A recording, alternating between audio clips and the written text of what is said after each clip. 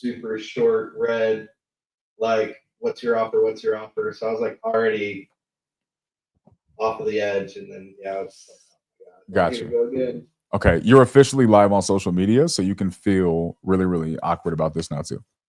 Perfect. This is great. Okay. Great call, guys. Yeah, brace yourself for. But here's the thing, bro. You still got a window. Like here, so let's recap what's happening at this point.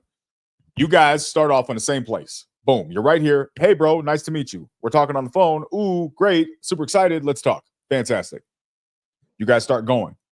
He is going this way. You are starting to veer off, right? And he's still over here. And the farther you go, now you're over here outside of the camera. You guys are in nowhere near the same conversation. The farther someone feels like they're not being heard, the more someone feels like they're not being understood, the more frustrated they're going to get. The more angry they're going to get, the greater the likelihood they're going to hang up on you or just tell you you're a freaking idiot and why are you wasting their time. Now, you have a window here, which is odd because he seems like he's like, all right, cool, whatever, I'll have the conversation. But let's see how long it lasts. What kind of testimony would you be looking at for the sale? I mean, typically we can close in like 2 to 4 weeks. I don't know if that's good for you. That's fine. Okay. Very good. Let me look at some info here. I mean, you sound like you don't know what you're supposed to say next, bro. The reason I guess not to just put this guy in the market, does he got it? I'm sorry, repeat that.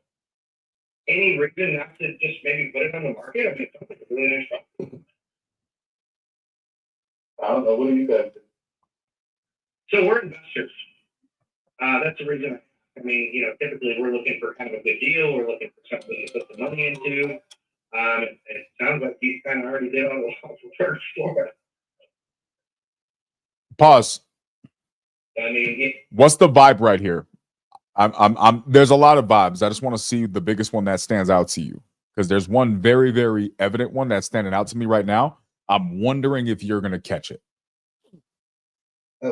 His vibe? The vibe of the conversation. What's happening here? What's being needed? What's not being provided? All the things. I mean, awkward and tense, and he's bothered and annoyed by all of it, and just wants me to get to the point. Why? Outside of what we've already explained. I mean, outside of like that just being his personality. Yeah. What are you doing to contribute to that? Asking him a bunch of questions. Yeah, that's true. But here's the point that I'm trying to make at this particular juncture.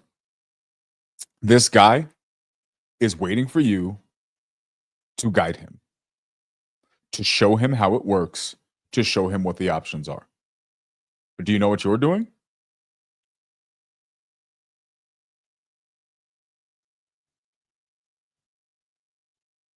It's not that.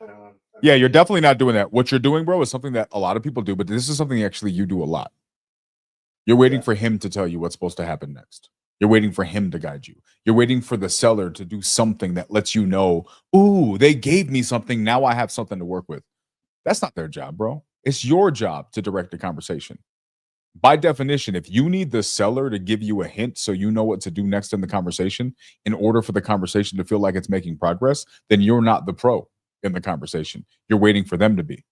The reality is if they were, they wouldn't need you. So by nature of the conversation, they're waiting for you to be the professional who can guide them. But if you listen to this point in the conversation, you guys are both waiting for somebody to take the lead. And nobody's doing it. That's going to frustrate them because that's your job. Go back like 30 seconds and you and listen to it with that ear again and tell me if you notice it.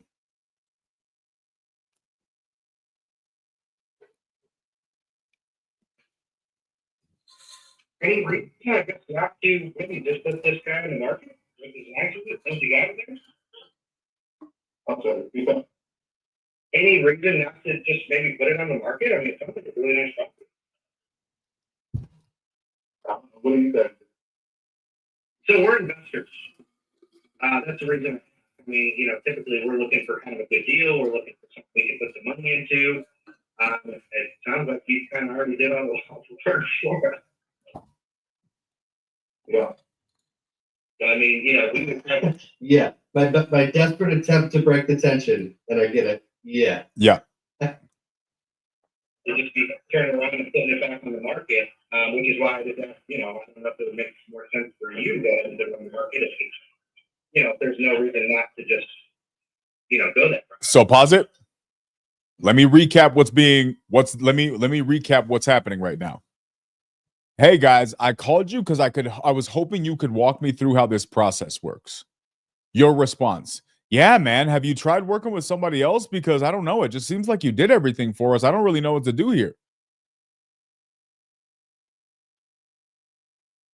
Who is that helping? Now, that's what you said, but what are you trying to accomplish? Walk me through what you're trying to accomplish.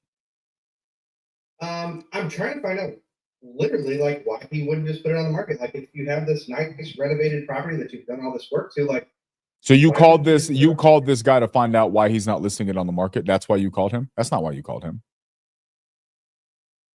I mean, we called to buy the house, but Okay, why? Why did you call?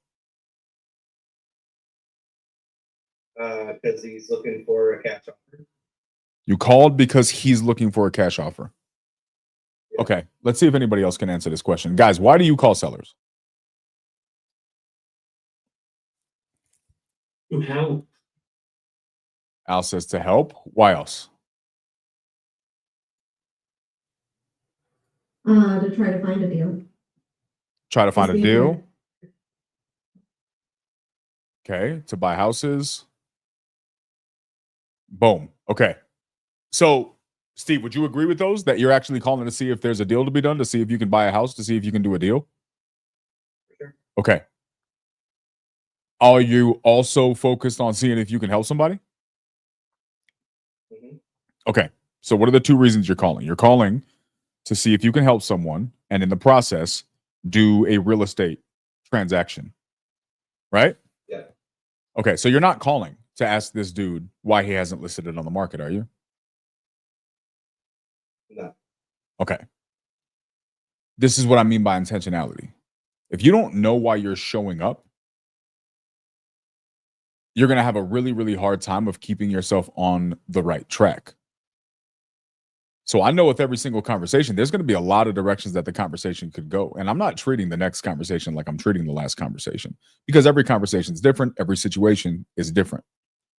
But if I allow myself to be driven and led by the circumstances, then I don't actually have control of anything. There's a fine line between being willing to pivot between circumstances and letting the circumstances control me. You're falling under the category of the latter. So when I call a seller, every conversation you guys hear me have may sound drastically different. Drastically different. Sometimes I may sound super jovial and excited and fun. Sometimes I might be direct and short and to the point. Why? What would dictate that? Usually the person that I'm talking to, I'm tailoring myself to the conversation that I'm having in the moment. But make no mistake, Steve, whatsoever. As much as I am doing that, because that's what's required to effectively connect with the person that I'm speaking to at that time, I always have a plan. I always know exactly why I'm there. And I'm setting the tone of the conversation. My objective has to come to pass in every call. Otherwise, I am not in control of my destiny. I am not in control of whether or not I get this deal. And then as a side effect to that, I have actually no real control or ability to help anybody. Because by definition, I don't know what the hell I'm doing. How am I qualified to help somebody else if I can't even help myself? Right? Now, that's an extreme way to put that, but it's still an applicable example. Because if I'm showing up in every single conversation, lost, waiting for them to guide me, how the hell am I help them? So I need to be able to tailor the way I communicate in each conversation differently to the person that I'm talking to. But in the background, whether they hear it or not, I know exactly where I'm going. I know exactly what I'm doing. And my intent is the same exactly every single solitary time. I need to find out whether or not we are on the same page. Is there an opportunity to be done here? How do I find that out? Well, the first thing I have to do is get their wall down. I have to have a conversation with them and not their wall. Who do you think you're talking to right now? This guy or his wall? Do you think you're ever going to get accurate and helpful information as long as you're just talking to this guy's wall? No. And that's where you're stuck, bro. You're not having a real conversation with this dude. This dude is not, you're still standing at the door. And he's like peeking through the door, cracking like, dude, what do you want?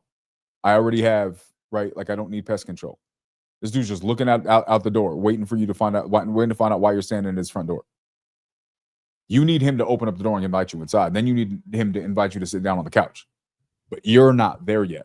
So everything you're saying is falling flat. You're not actually making progress. And part of the reason why is because you're not taking control of the direction of the conversation.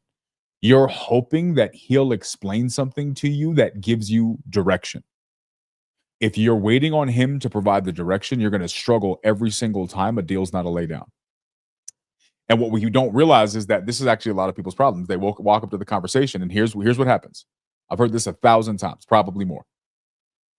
Oh, well, I called them and they didn't tell me that they wanted X amount. They did. I asked them what they wanted for the property and what was their motivation, and they didn't bend over and tell me everything that I needed and give me a valuable reason why they were willing to give me a discount on my property. So they weren't motivated. And that's not exactly what you're saying here, but indirectly, that's what you're saying, bro. This guy isn't serving it up to you super, super easy. So as a result, he's not motivated. And I say bullshit. Maybe he's not motivated because you haven't presented yourself as a qualified person worth sharing his personal details with. Maybe his lack of motivation isn't lack of motivation in selling. It's just lack of motivation in selling to you. Right? And this is what we have to process, right? And I'm saying this to everybody who's watching this thing. If somebody just doesn't bend over and give you all of the information you ask for just because you asked, that doesn't mean they're not motivated. It probably means that you didn't present yourself as a person that was worthy of getting that information from them because they didn't believe you. You didn't show up the right way. So that is exactly correct. Al says it's like the girl that's not ready for a relationship, but then she dates someone else like a week later. Never happened to you though, right, Al? No. Yeah. Never once. They date me and then they're not ready for a relationship. Because of Yes. you. Because of you're the reason they're not ready for it, because of the PTSD and the baby oil. Yes. Okay, that tracks. That makes sense. Travis, what up, dog? All right, Steve, is this making sense, bro? Like, are you tracking with me? Yeah, bro, it makes so much sense. And obviously that's why I'm shooting all these shots and they're falling flat. I'm not getting any info out of them because his wall is still up. Like, all these are just, I'm not getting anywhere. I'm not getting any information because I'm not past the wall. Exactly correct. Hold on one second. Fucking shit. Hold on, sorry.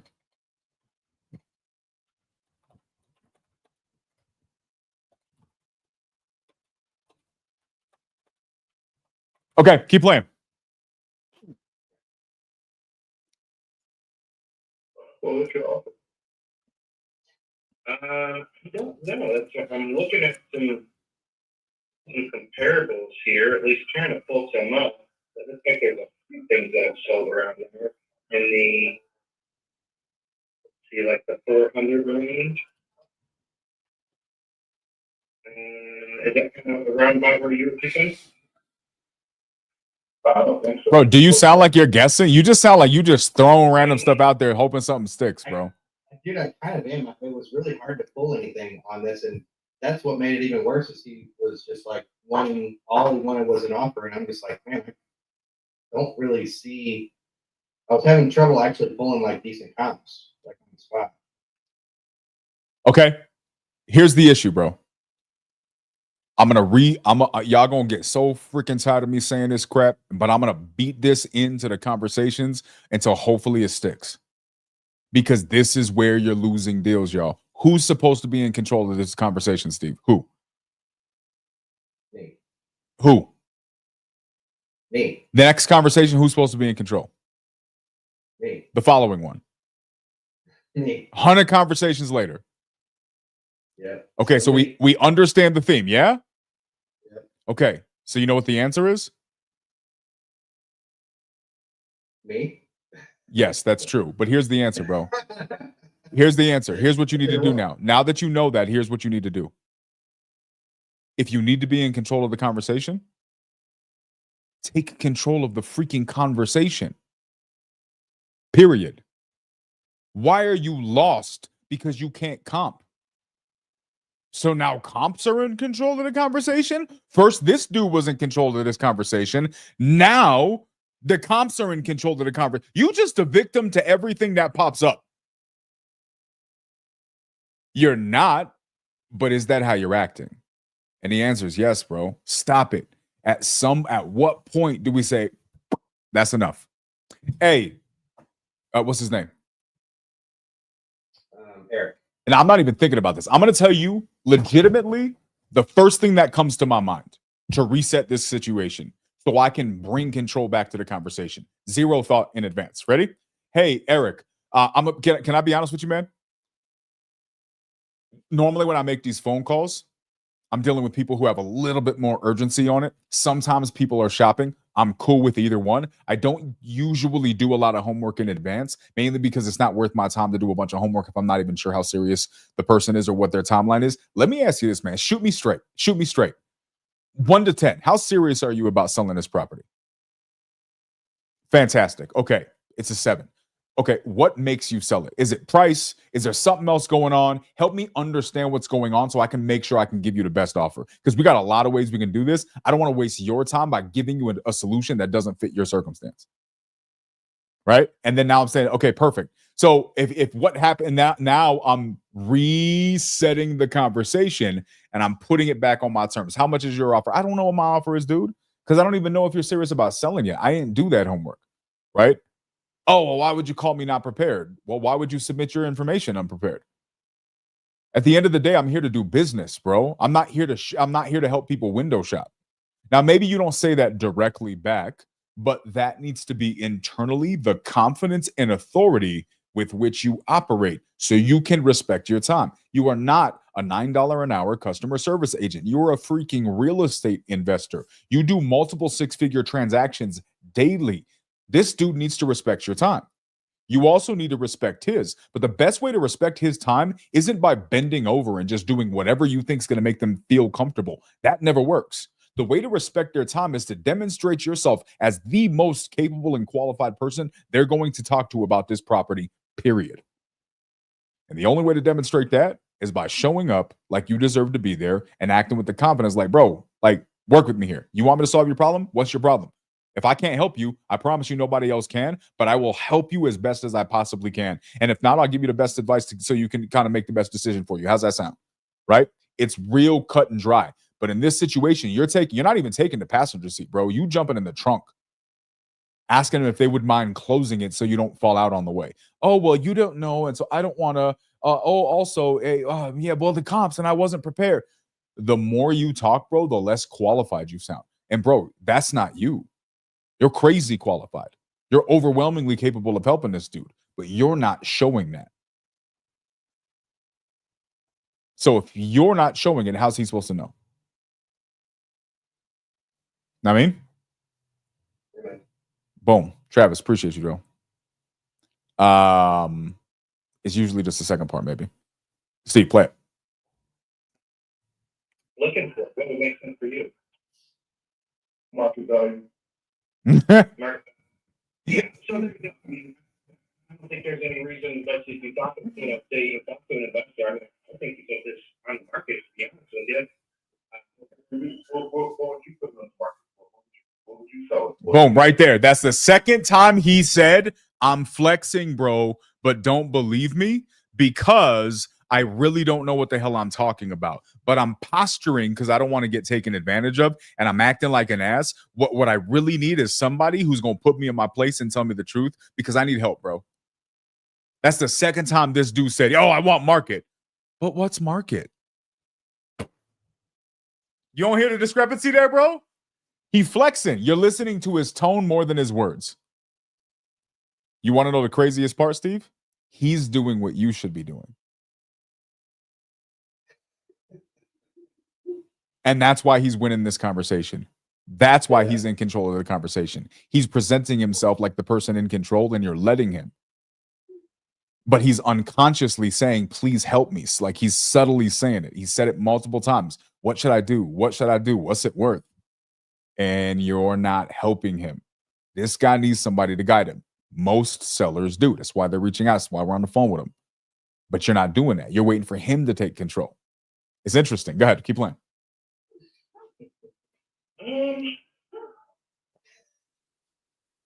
I don't know. Does this have a bathroom? Maybe upwards of 5. But I mean, we're not really in the market really telling you what your property's worth. It's, it's kind of what makes sense for us to buy it as an investor. I mean, I think you ought to talk to some realtors and kind of see what they recommend. Well, why did you call? Your request here that you're looking for a cash offer. I am looking for a cash offer. That's what they offer. Yo, this dude is begging you for help, bro. Yeah. Well, I mean, like I said, typically when we're purchasing, we're looking for something that we can go in, fix up, and turn around, put it back on the market. So if you've already done the work for us, I mean, we're just looking at holding costs, things like that. I mean, if we could sell it for 500, which I mean, is that kind of what you're thinking? Market value would be on it. What are you seeing for market value? You live in the subdivision there. So you said you said you guys were offer 500 for it? I'm saying, I'm thinking that we could potentially, if we were to buy it, we could maybe sell it for 500. I'm looking at what like retail price would be, so I'm trying to find out, if that's retail, where would we need to be on a cash offer? Which obviously we would be then covering the closing costs, the commissions, holding costs, and at the end of it. So that's what I was thinking, like, in the 400 range. So, okay, so you would buy it for 400, you would sell it for 500, make $100,000. Well, we would make 100,000. We would have, like I said, we've got commissions, closing costs, holding costs to hold the property. There's a lot of costs that would be involved in it. So Yeah, well, your gross margin is potentially, if that's what we could get for it, I don't know if that would be the case. I mean, what are you seeing them selling for? What are you seeing some of your neighbors sell for?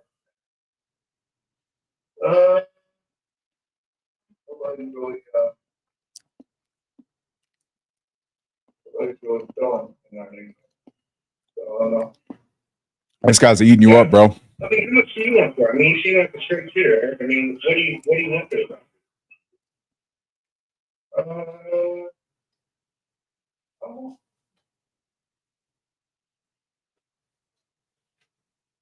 You have a ballpark?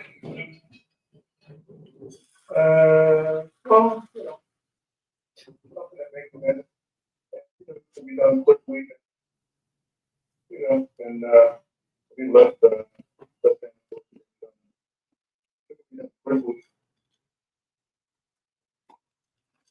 Yeah, that's the name All of right. the game, but I think we're good here. Is there anything else of note in this conversation we should be waiting for?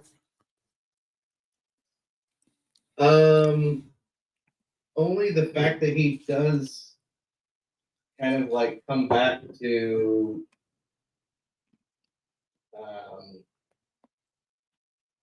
giving me the info. I don't know. He like does start opening. I guess, and maybe it's after this where I kind of like start going back at him a little bit. That he does finally kind of start opening up a little bit, and we had a 20-minute conversation that, well, it wasn't all sunshine and rainbows by any means. I can tell you Continue. with almost 100% accuracy, almost. What happened here is this. This dude has a lot of pain. He just did a better job of closing you than you did of closing him. So he was posturing and keeping control of the conversation better than you were. But underneath all of the facade and the fake projecting that he was doing, pretending he was, "Oh, I'm good, I don't need no help," he really needed help.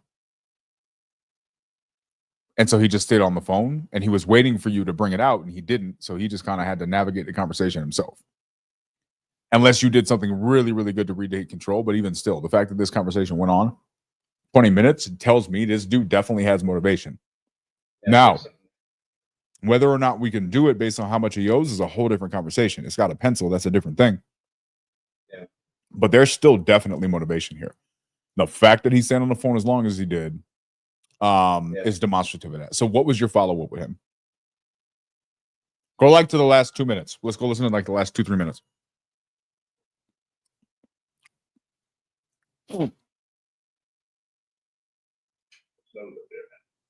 Yeah. Nobody. You guys bought that house. You could rent it out for $3,000 a month. And then that money still buy the start again in spring. And then you put it on the market for assuming the economy comes back even more. Yeah. Put it on the market for 600, 625 or something. Maybe even 650, I don't know. Yeah. But if you bought it for 450, it'd be like 150, 200,000 for the full profit goes to plus the 36,000 rental income in the meantime. Mhm. He actually, when I look back at his notes, I think I initially said 550, 600. He actually thinks when the market comes back around, he could get 600, 650. Okay, so why not just do that? Right. Here's the thing. This guy thinks He's saying for us, if we were to do that. he doesn't know what he's talking about, and you let him do that, right? This dude just said, "Oh, you can rent it for $3,000 a month." Bro, we're talking about a $500,000 purchase price. At $500,000 with current interest rates, I'm gonna lose money every month renting this house out. Like you do realize that $3,000 a month loses me money at 6-7% interest rates, right? You got to educate this dude. You know what I mean? Like he doesn't have the leverage he thinks he has, but he doesn't know that because you didn't tell him. All right, go ahead. What do you think 450 would be a number that you would consider? Yeah, I mean, we look at it. Yeah. I mean, you know, we look at 450, 475. We're not, 650, 975, couple million. It's somewhere around there. not really, you know, working with these real estate agents, all this other crap, showing This guy's full of crap, bro.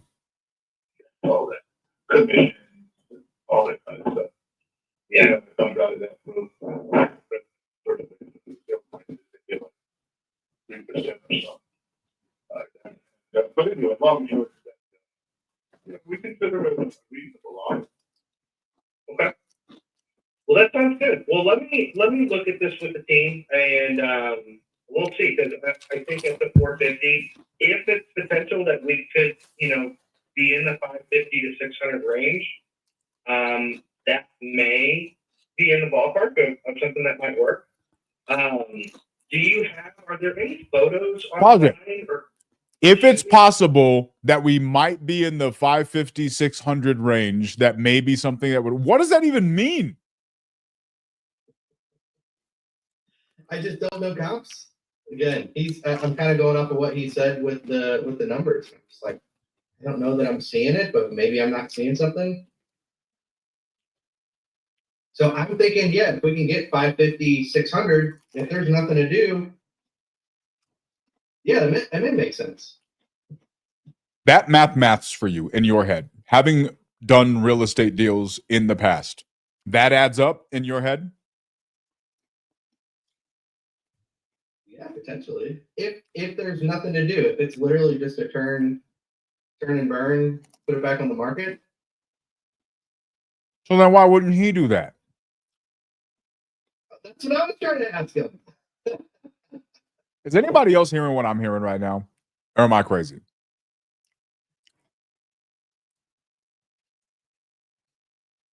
Steve, if you were brand new, I would understand what's coming out of your mouth right now. What am I missing? Don't you have a real estate license, dude? Yeah. Didn't you just close a couple deals? Mm-hmm. All right. What? Bro, I literally have eaten Swiss cheese with fewer holes than this story has. Bro, nah, Steve's not wrong with the numbers, but Steve, but you think the guy's bullshitting in the houses in that. What do you mean Steve's not wrong with the numbers? Steve doesn't know the numbers. We have a $200,000 window here. That's why it was so hesitant. Thanks, Al. Yeah, Bro, thanks, Al. $600,000 house, then 450 works. I don't get your point, bro. But he literally said he might be able to do somewhere between 550 and 600. His final offer to this guy was potentially up to 600. No. I was saying if we could get 550 to 600 for the resale on it, then maybe 450 works. That's not what I heard, which means that that's probably not what he heard. I didn't hear that either. I get it now that you say it, but that's not what I heard when I was listening. Yeah, I was like, this is like the price is right. Steve's not gonna go over. But he's Yeah, I mean, that has been. yeah, no, I mean, we also skipped over 10 minutes, but yeah, no, I mean, I think he knows where we're at because we were talking about 400, and then he kind of got up to 450, and then so I was like, all right, yeah, I mean, if what you're saying is true, and we could potentially sell this thing, put it on the market, whatever, after 3 months, and the season, whatever. If we can get 550 to 600, then maybe 450 works. Let me talk to the team and see where we're at. So he's willing to take a 6-figure haircut, but doesn't want to pay commission. Apparently. No. We don't know. Why you wouldn't list it? Bro. What the motivation was, Nah, trying to bro. pull something. Like, what's going on here, dude? Bro. He's gonna say you said 650. That's exactly what he's gonna say, Kate. 100%. He heard the highest number and is gonna get pissed when you don't give that to him. Period. Steve, bro, everything that you're saying right now, in my head, I'm like, none of this is relevant. None of this is relevant. Do you know why? Because we're in Sesame Street land. We're literally having the world's biggest hypothetical $200,000 range conversation about something we don't even know is true. To what end, bro? You know what I heard from this conversation? You know what my biggest takeaway from this conversation is? We have a guy who's motivated. There's something going on there. He's not telling me. We're not moving forward until we figure that out. Period. All of this other stuff is fluff. That's all it is. It's fluff. What was your follow-up with this guy? What are you supposed to follow up? We emailed. He said he would send over. He had pictures, so we've been emailing back and forth a couple times. He sent me he sent me a video which I took screenshots of, and that's what I sent you and Al in the group chat. Yeah. Some of those photos, and then I asked him about a couple things. I sent him a message back and said, thanks for sending this over. What can you tell me about the deck and the crack in the wall by the master bedroom door? Also, did you update the countertops, or are they still Formica? And he said the crack in the wall has been repaired, the kitchen countertop is still Formica, and the deck has been redone. And it's like new. And then I asked him about the crack in the wall because I said, typically cracks like that indicate a potential foundation issue. And he said that it had been there before many years and there was no foundation issues on it. And that's where we're at. And that was yesterday. We talked on Monday. He sent me the stuff, and then we've been going back and forth. Sounds like he's working with an agent, bro. That's the energy I'm getting here. It's hard. It is hard. Admittedly, to take agent help.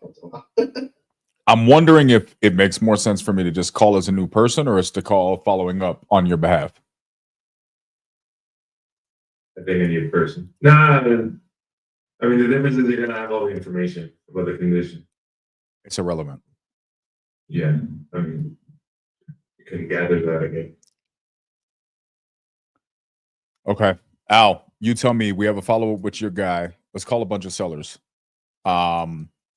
Should I call your guy first or should I call Steve's guy? Think if you can split your attention, call mine first, because like I'm starting to feel bad that I'm not getting back I there. do believe I can split my attention. Shoot me the number. Let's call him. Do I need to know the situation or should I just call him? I assume you don't remember anything that I told you about it? Nope. Not a thing, pumpkin. Hold on. Where is it? Can you open your WhatsApp real quick? My what? What'd you call it? WhatsApp? Why you say it like that? WhatsApp? WhatsApp. Open your WhatsApp. Your WhatsApp. You see it? I mean, I see your most recent message, which I don't think is relevant to this conversation. No, it's like a tab. Oh, you talking about the lead pimps? Yep. Brian Hernando.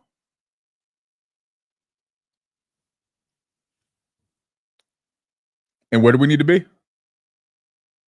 Matt on the road, 82. You want me to send you my Matt's notes? No.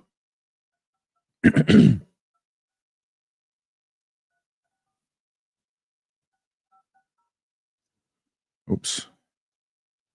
Anyways, I don't care about your opinion. I can tell every time I listen to you talk to a seller.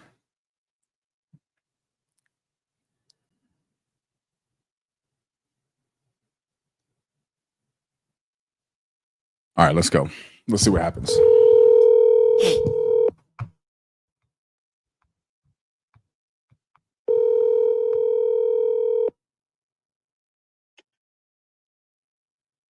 Hello. Hey, Brian, this is Daniel.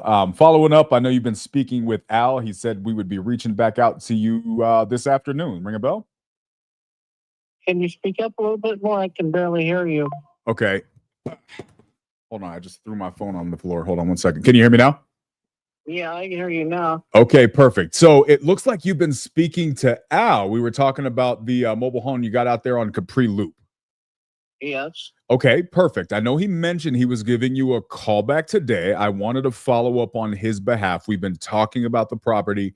Looks like you're ready to kind of move forward with the sale. We just got to get a couple of ducks in a row. Does that sound about right? All right. Okay. What I'm looking at here is this is a mobile home.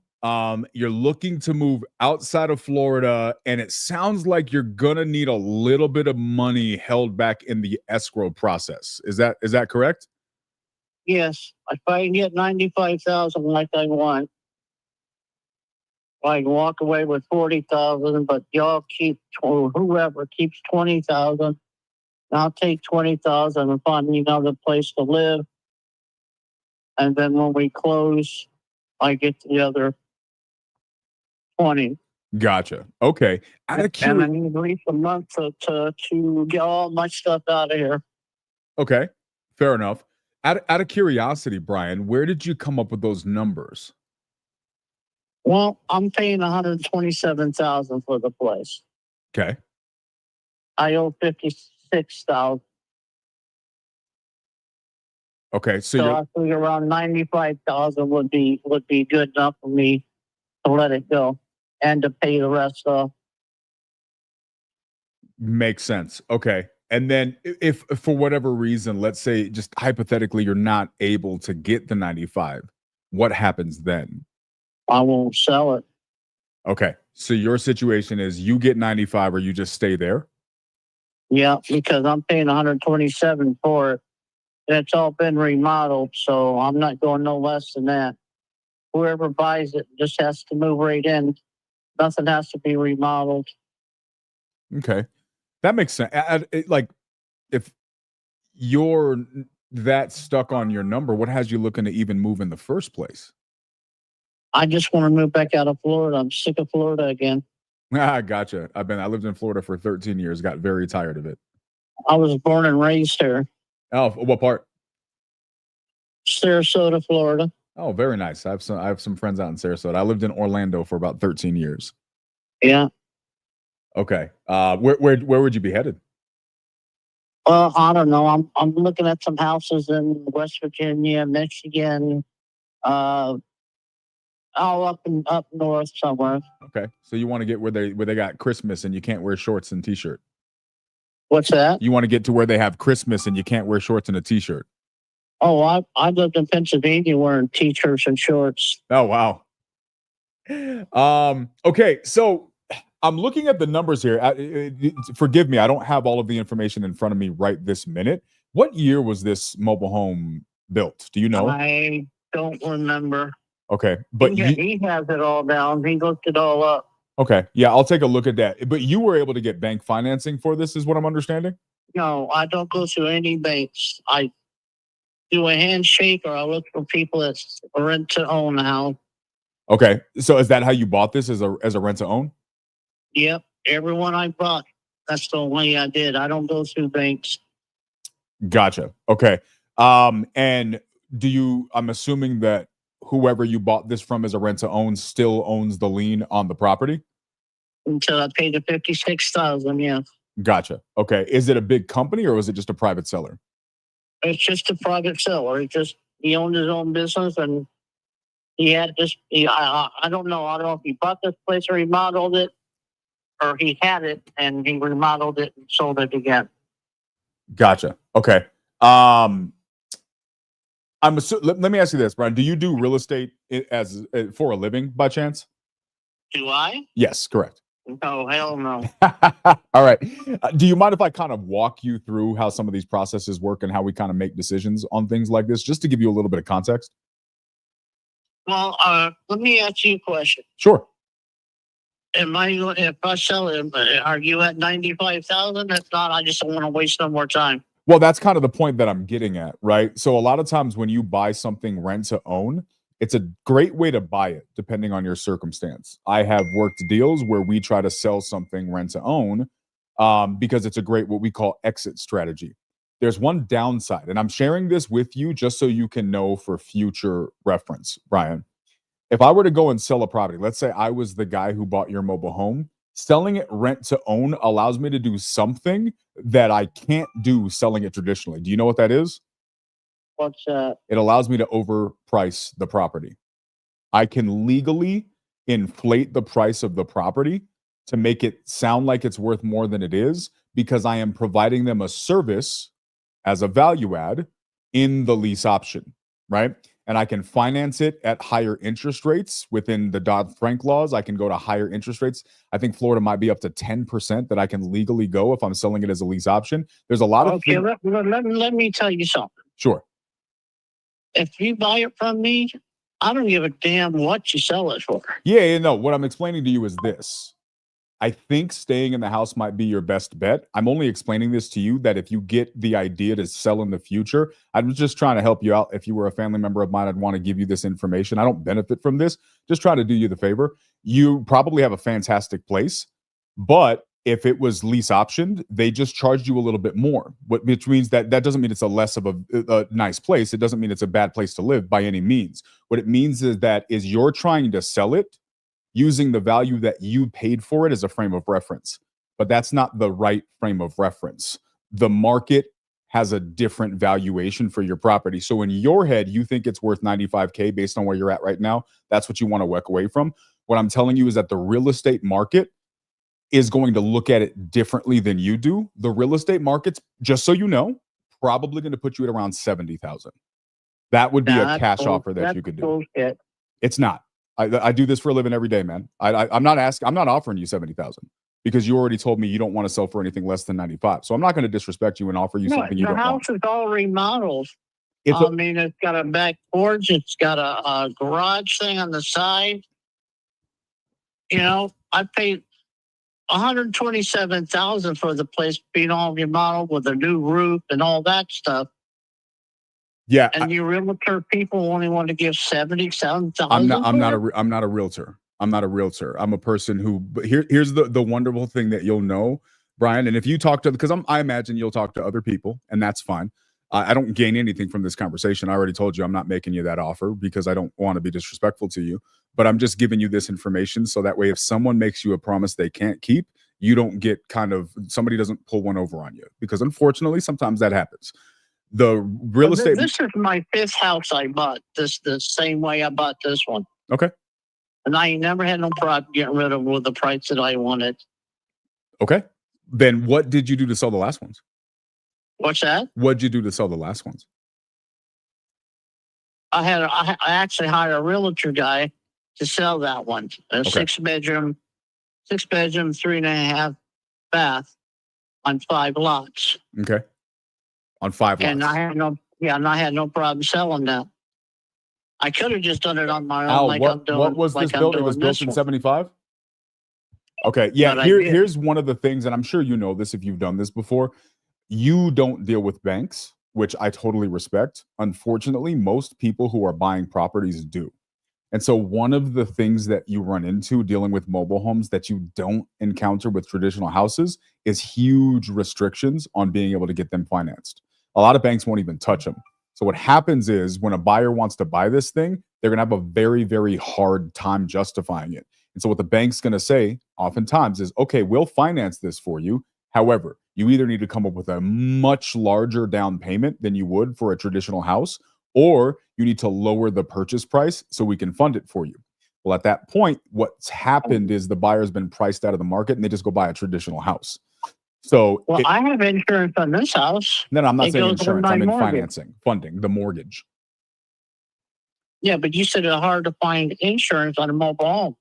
But I apologize if I said insurance. I meant funding. I apologize if I said that wrong. Well, you know what?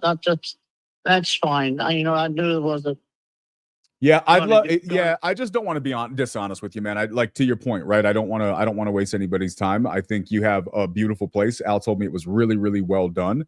If you wanted to sell this thing for cash and get 95, maybe you have an agent list it. Now you're going to have to pay some fees, right? You're going to have to pay the agent commission, so that still comes out of your pocket.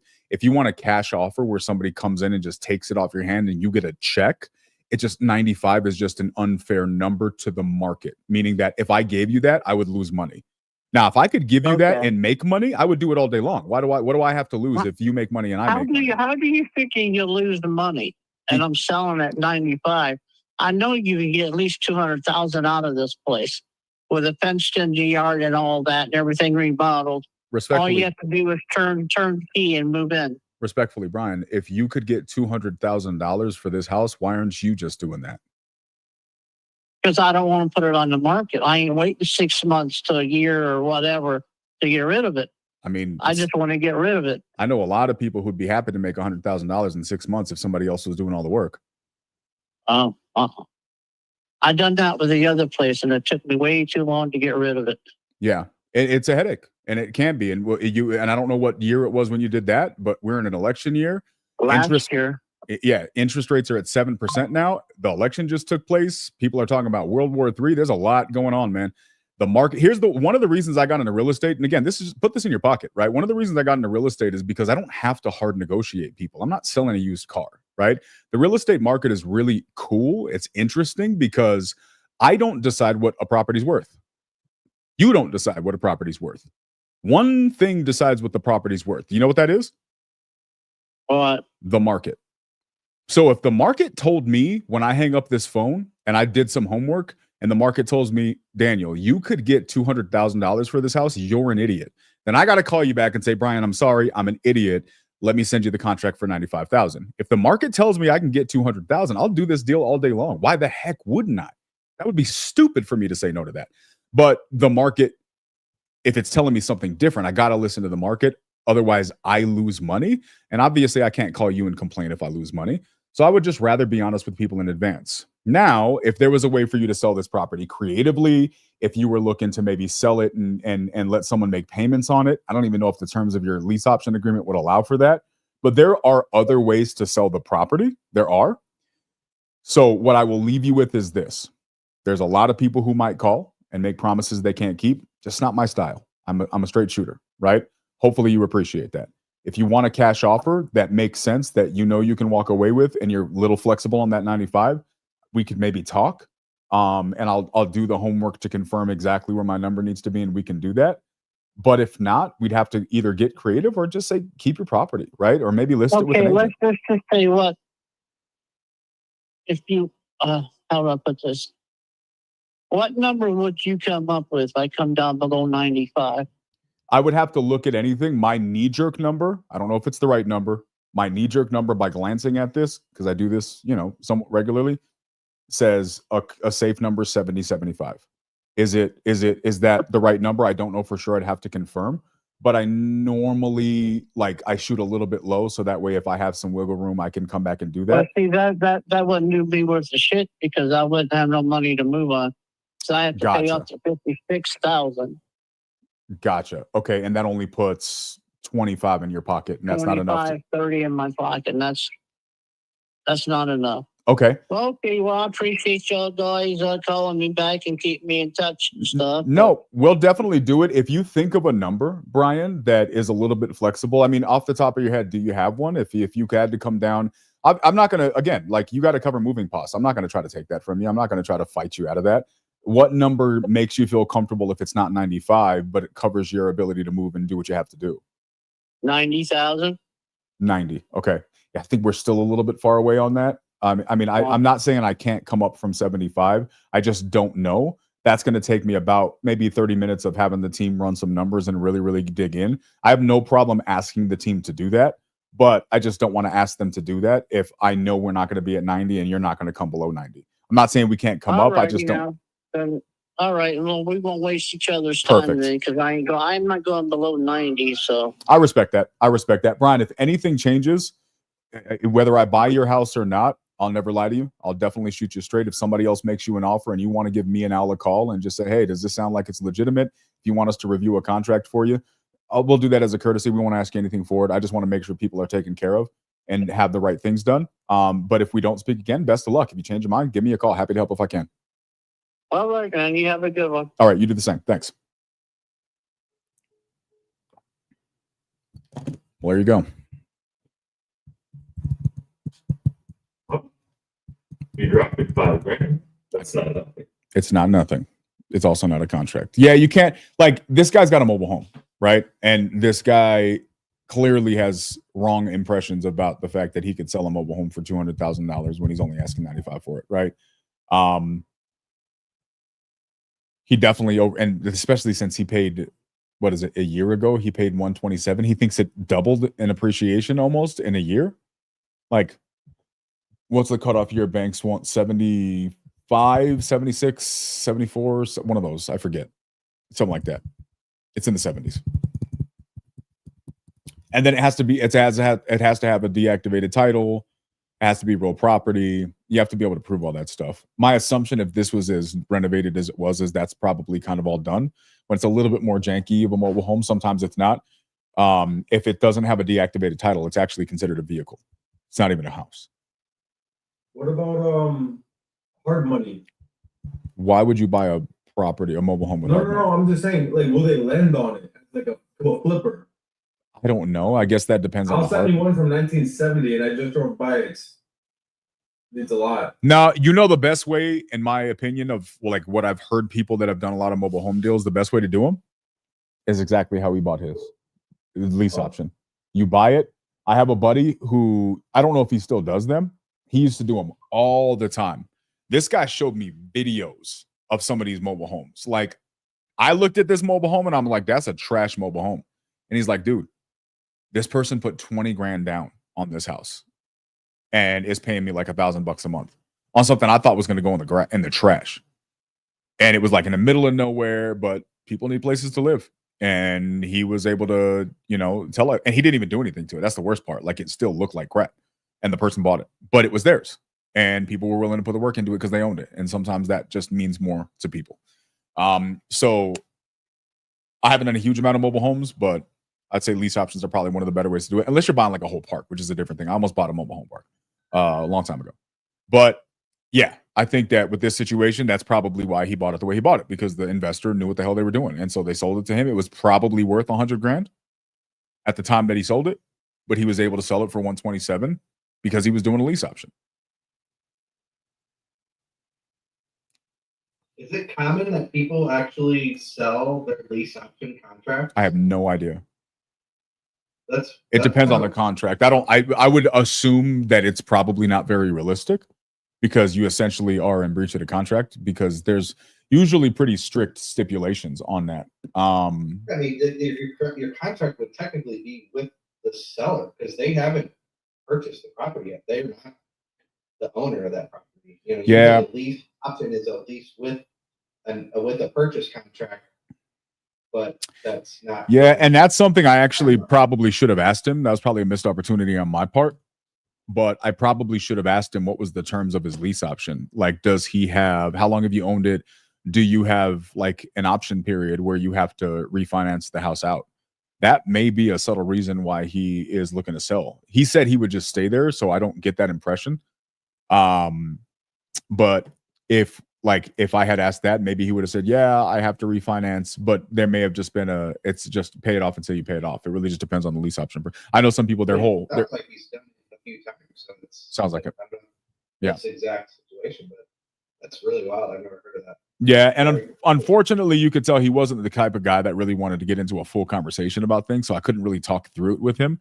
So I kind of just had to make points and talk over him a little bit. He talked over me a little bit. It just was one of those conversations. He just wasn't trying to really have a dialogue, which is unfortunate because we probably could have made a little bit more progress. But other than us finding out that he has an option period or an end date to that where he has to perform or he loses the house, this guy's got no urgency and he doesn't really need to sell. I think it's possible he calls us back and is willing to take under 90, but it doesn't sound like it right now. We'll follow up. Yeah, he was being impatient from moment one just because of this conversation. What did you do in the previous conversation that made him so impatient? He just wanted a yes or no. I didn't expect it. Like I could call him the next day and just talk to him, but wanted to see what you would do so that took an extra few days, right? Yeah. So I set expectations right. Maybe we just start doing that. Maybe tomorrow, maybe in a week. Like. Yeah, I never set firm dates on follow-ups unless there's a reason to do it, just because you never know what's going to happen. I just follow up ASAP, right? If I can follow up later on today, why not just do that? If it ends up taking over the weekend because something pops up or whatever, bless me. Yeah. No, so I said hopefully today or tomorrow, but that's kind of anchoring the time that. Well, that's just like Steve saying, 450, 566, 75, 75, 80, 85, 90, 95. That guy only heard the top number. That's it. Yes. I promise he heard 450. I guess we'll find out. You gonna call? He definitely does. Let's call him. Shoot me the info. You're 4.5, Steve. And that's where we started. 4.5. $4,500. We're gonna buy it for 45. Let me get a water. Hold on. Say something interesting while I'm watering myself, Al.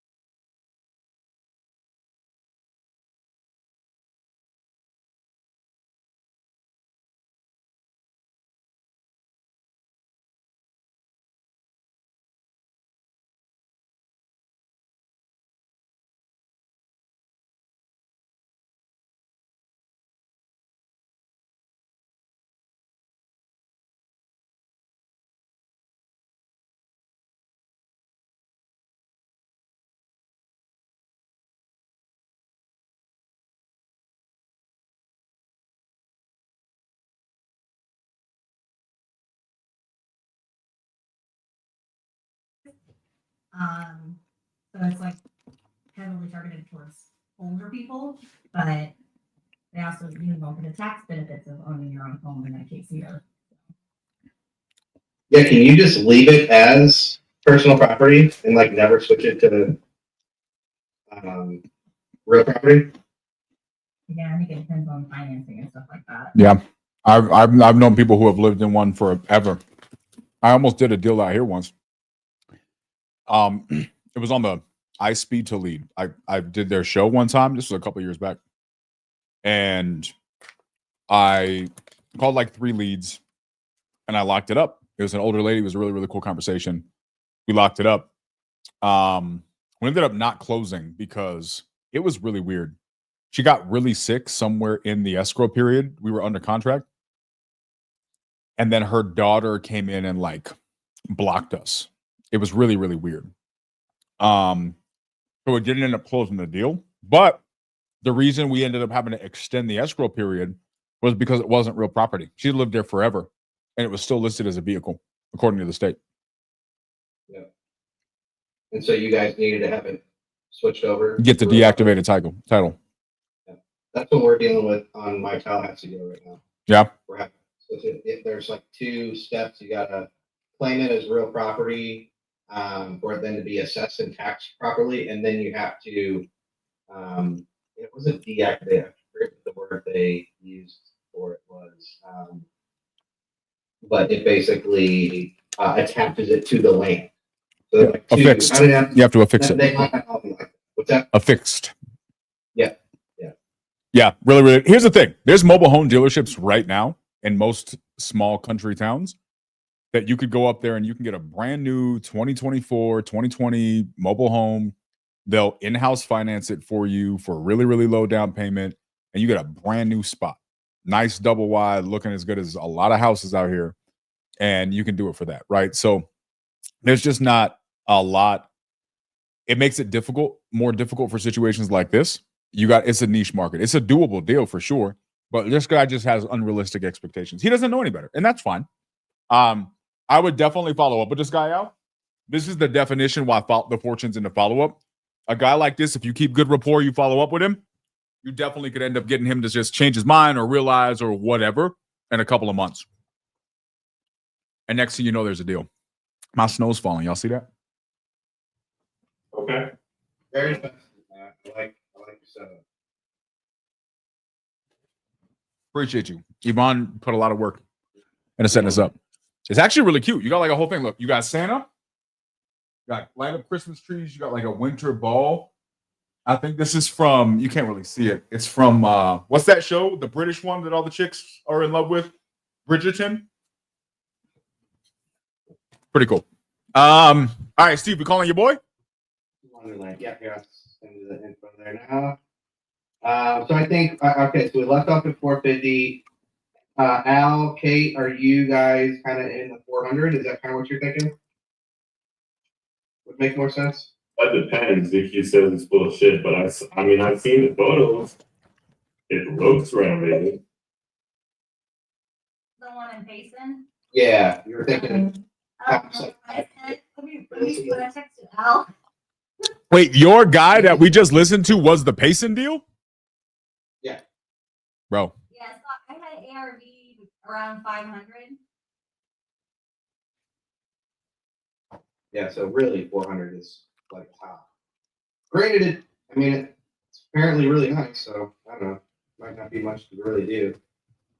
I mean, there's ones that are listed for higher than that, but they've been sitting for a really long time, so. Yeah. And can you sell it right now? I mean, with it being winter and he's like, man, ain't nothing selling right now. No one wants to go outside in Arizona in the For a winter. few months. Okay, before I forget, I sent you the pictures for that property. Did you see them? Yes, I can buy.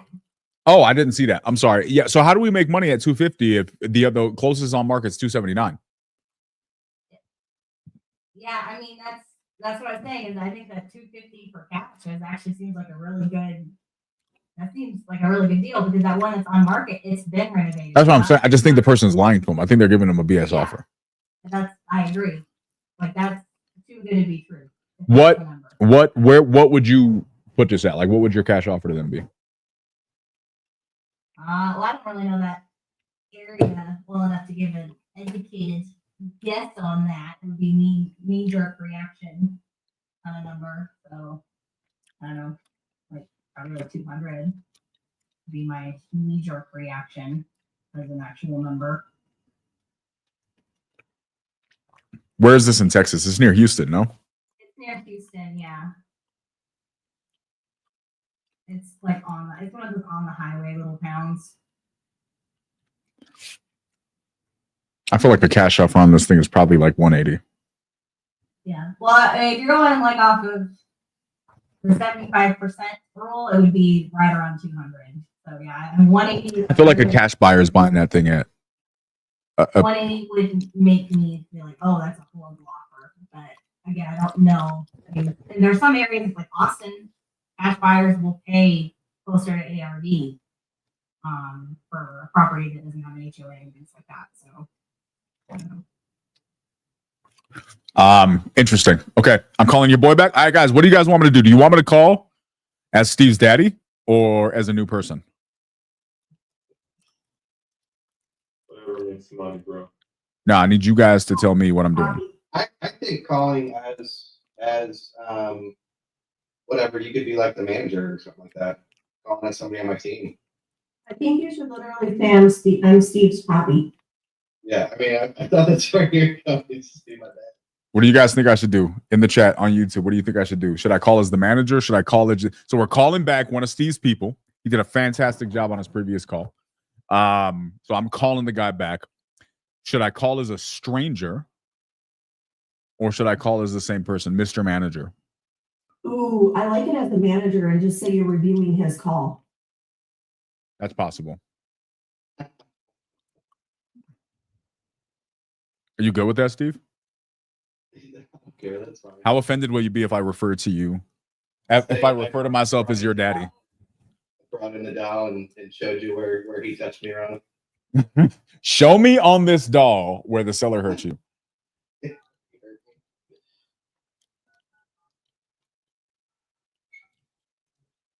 Three nine.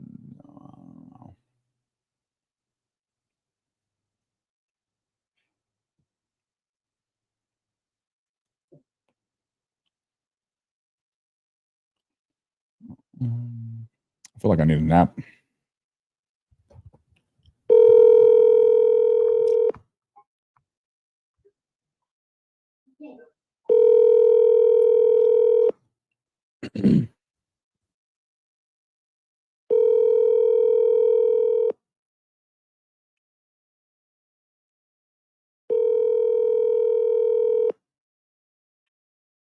Your call has been forwarded to an. This guy seems like the type that's going to get pissed at a triple down.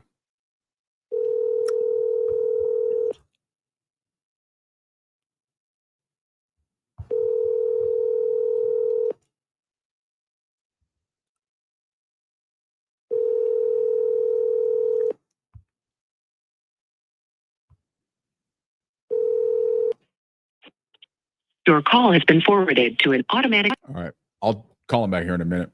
He seemed like a testy type dude. So we'll follow up and see what he needs to do. What else? I know there's other people who wanted to do calls. Nate can actually reply. He did one of the weeks to be called. Yo, what about my lead, bro? Bro, you back? You done being dad of the year? I know we got Giovanna's lead too.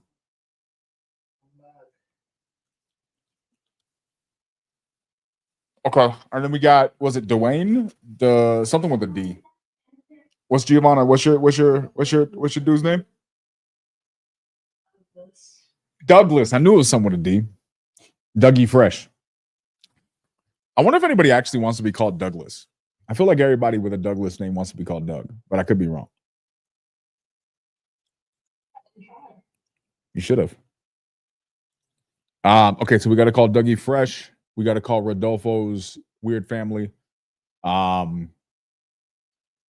Giovanna, whatever happened with Juan? I was asking her that yesterday, and then it was a whole thing. It can't work. Open it. So he power of attorney that to his sister, right? Yeah, the weekend that he told me that he was gonna go to, his sister lives around here, he was gonna come and see the property, try to get things.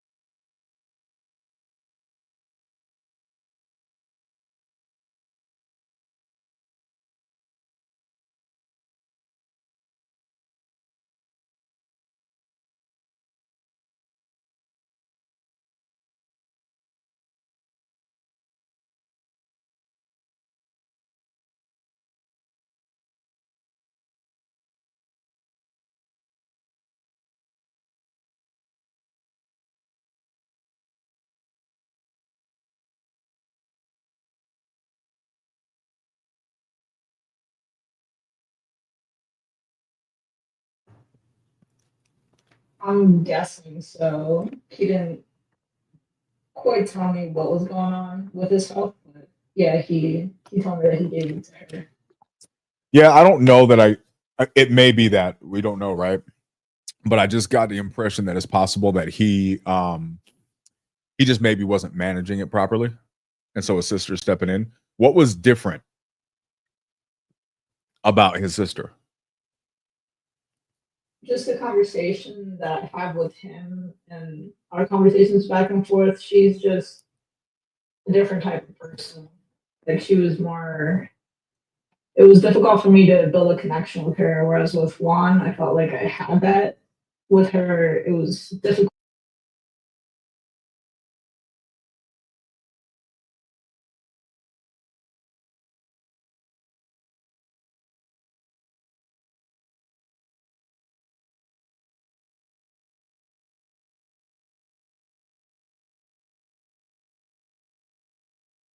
Quite connect.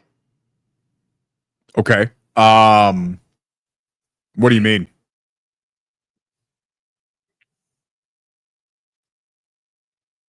Was she more aggressive? She was more of a Yeah, driver she's- personality? Yeah. Okay. That makes sense. We definitely should call her back. I'm interested in seeing how it goes. It doesn't sound like he's going to have anything to do with the property. It sounds like she's going to probably just kind of take control of the situation. We should definitely follow up and see how that goes. Yeah, and she did mention there was someone else that was trying to buy a different property and then this one that now she has power over. So yeah, I was trying to get rid of the time on vacation away and then reconnect with her to really figure out what's going on, what the plans are, and see what opportunity there is. Okay. Do you feel a little hesitant? You look a little hesitant. To call her, Yeah. or I mean, not necessarily. Dope. Because you're a G. G pesos. G pesos. Y'all, everybody watching on YouTube, you have no idea the banger of a song that's about to come out from this community. Like chart topper. It's going to be a chart topper. Trust. All right, Rodolfo, am I calling as your partner, as your daddy, as a stranger? What am I doing? Oh no, whatever you think is best, bro. You were going to play me the last couple minutes of the conversation. Let me see. The last one you have. I just want to get a feel for the vibe so it helps to direct me on what direction I need to go. You finally somebody lets you in on a good deal and I'm like a 5,000 video. Imagine. 5,000's not nothing though, bro. Nothing to sneeze at. When are we locking up our next deal, Al? How many deals we locking up this week? Forget that question. My first question sucked. My actual question is, how many deals are we locking up this week? Me and you together, like a family. I feel like that's up to you, bro. If you keep sending me mobile homes in the middle of nowhere, I don't know what you want me to do. What's the difference? Could we not have made money on that deal? I don't know. Could we? Last time I sent you a mobile home, you ghosted me. That's not true. What happened to that deal? Did you dispo it? I had a free mobile home, bro. $399. It was confusing what next steps are. So $399. Wait, Free. They were going to give it to us for free. so yeah, so why didn't we just lock it up? That's my question. I'm the one that told you. You said you were going to look in to see what you could do, and that was where the conversation ended. I could have locked it up, but we didn't know what you wanted to do with it. I was waiting to hear back from you. Oh, okay. So that's what happens. I can get okay. There's misunderstanding of what was supposed to happen. Oh. I talked to I talked to this buyer. I was trying to understand where he buys, like how much he pays. I think he said like $7,000 for ones that need a lot of work.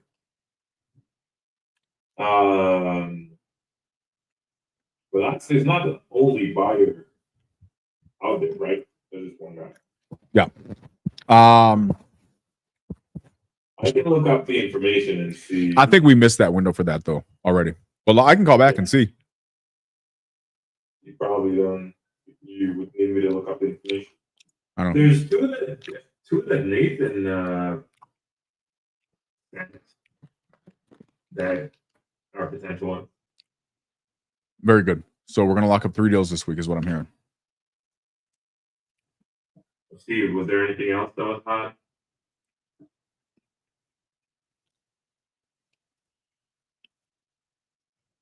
Sure there is. Ty just texted me.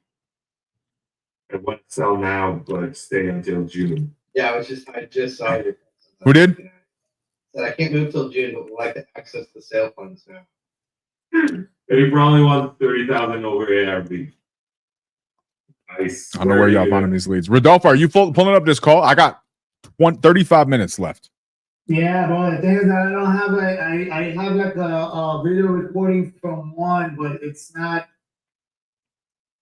Let me see. Are you naked during the call? No. It's one of the other sisters. I wanted you to call Teresa, which is the PR, and this call is with Erica, as the other sister. So I don't know if you want to hear it. Yeah, let's hear it. If that's all you got, let's hear it. I fast forwarded because it's kind of long. I just want to hear a couple minutes of it. We don't have to listen to the whole thing. I just want to get a vibe for the situation.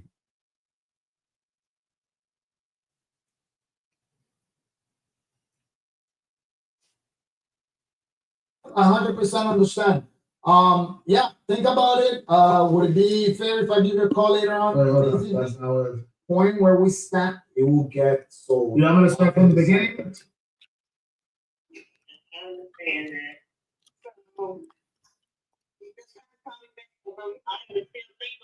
No, I 100% understand. Yeah, think about it. Okay, that's all I need. Just now. That's it. You're good. You're good. Give me the number. You got to resend it. It's way up in the chat.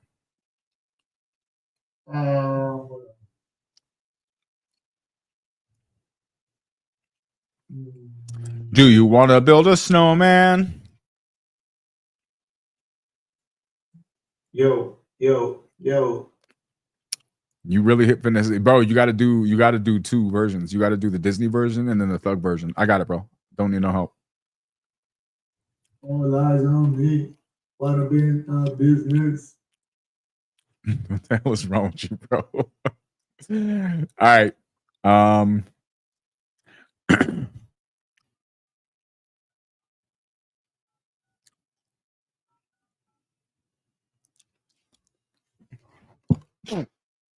Do you want to build a business? Do you want to close some deals?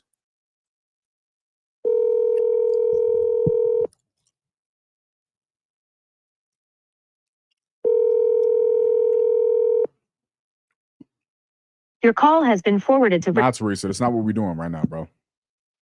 Love you. I'm gonna send you the number of the other one. Do it.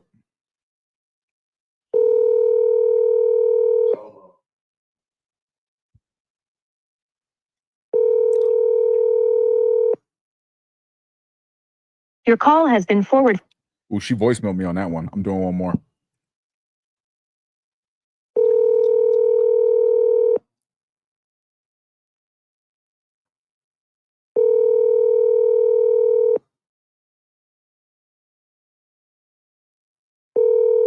What's the street name? Your call has been forwarded to Oh. voicemail. The person you're trying to reach. Me mandé a voicemail. I sent you the other sister.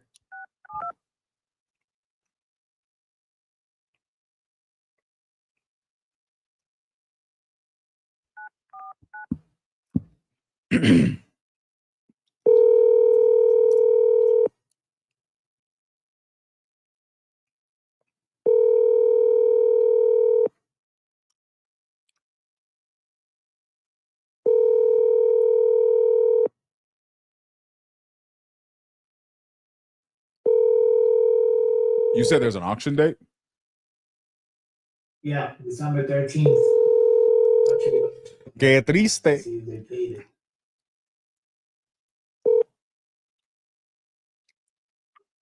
Please leave your message.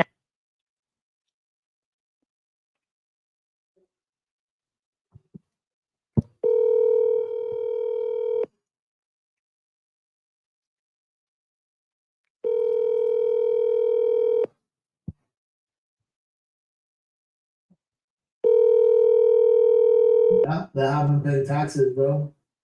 They owe 4 years. La tristeza. Bro, Al, you be saying the most suspect stuff, bro. I didn't want to say anything. What the hell are you doing right Please now? leave your message for 77. Like, who types that in the chat, bro? Like, Then Cobb is becoming with protein. yeah, extra protein. That's how he orders his coffee. That barista be like, yo, extra protein, Poppy. I just ate a lot of chicken today. Why? All right, no, that's cool. I'm taking everything out of context. It's some kind of parts, Peggy. I'm funky. Hi, Erica. Yes. Hi, Erica. My name is Daniel. So I've been tasked with being the guy who's cleaning up the books. I want to reach out. It looks like at some point we were getting ready to deploy some funds to purchase a property that you guys may have owned out there in Homestead, and then it looked like it got paused. So I'm trying to figure out where we stand with that. I'm not sure if you can help kind of let me know what's going on. I just want to make sure that on the back end I can clean things up to know what we're doing moving forward. Okay, and this is who? Did I speak to you already? You were working with Rodolfo. Okay, yeah. All right, Yeah, okay. I don't know why it paused, but I can find out. I can ask Teresa about it. Fantastic. Okay, so as far as you're concerned, everything was moving forward because I know Rodolfo had mentioned that he had spoken with yourself. He had also spoken with Teresa. I believe he spoke with a couple of people, and everybody seemed on board. But then he just said it just all of a sudden. I think Teresa might have been the one that he said wasn't. I think everybody was talking about his price was too low, okay, or something like that. I don't know, but I don't know what Teresa is talking about.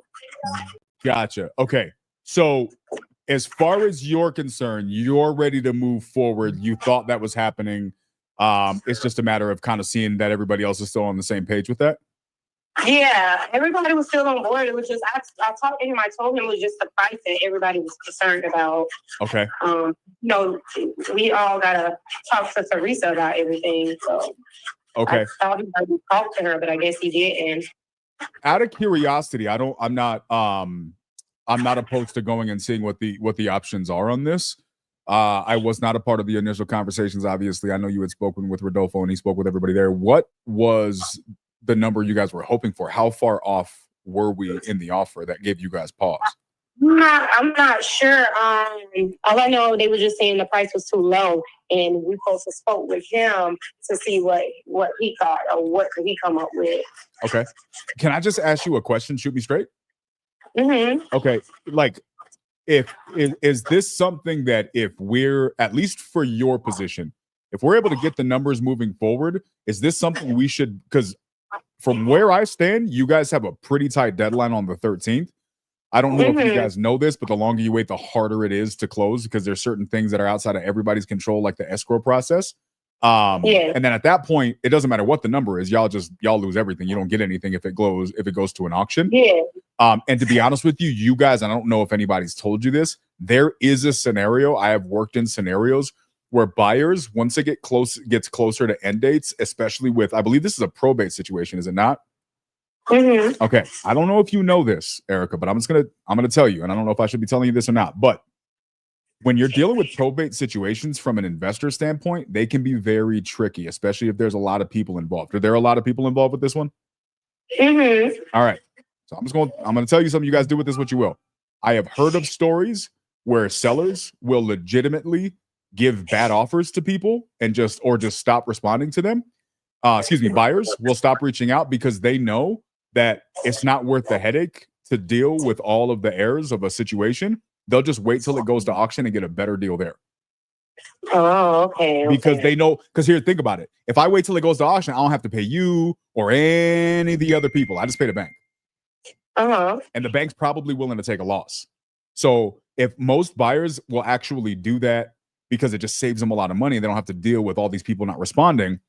We're a little bit different because I got in the business to help people. I look at all these deals like, if you were my family member, what would I want somebody to do to you? And that's kind of how we look at it. So I know that if I'm willing to pay a little bit more, I know I'm going to have to pay all of you guys. I got to pay all the family members. I got to pay the bank what they currently owe. I got to do all their arrears. I got to do all the tax stuff. I got to do all that stuff. But that's right, because I feel like that's the right thing to do. That's what I would want to happen.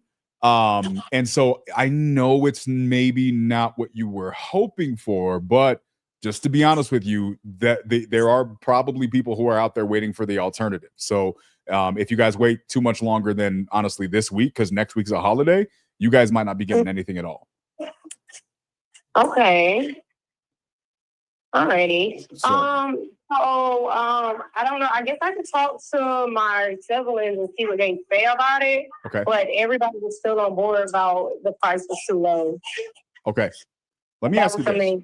How realistic is it for you to get an update and us to do maybe a follow-up like this afternoon? And I don't even care if you call me back and you're like, yeah, you guys are crazy, we don't like that number. That's fine. I just want to know, because once it gets to the holidays, things get weird. Title companies start acting funny. Next week, nobody's going to want to be working. And so from our side, we got to really work hard. And I want to make sure that I capitalize on this week. So if you can just call me back and let me know, yeah, they don't like you. They don't like Rodolfo. They thought he had a funny accent and they didn't want to sell in the house. I'll make fun of him, but at least he knows and we can just look for another deal. Okay. So I think like around 7 or 8, I can try to find out something. Okay, that'll be super helpful. Let me know either way. If it's a numbers thing, if it's a timing thing, and then that way we'll factor it on our side. And I'll tell you the truth. Like if there's something I can do, I'll happily do it. If I can't, I'll tell you the truth. Because I just want to help people out. I'm sure whatever happened with the situation is not fun for anybody. So we just try to do our best to help where we can. Okay. Okay. No problem. Erica, I appreciate it. I will speak to you this evening. Oh, okay. All right, talk soon. All right. Bye.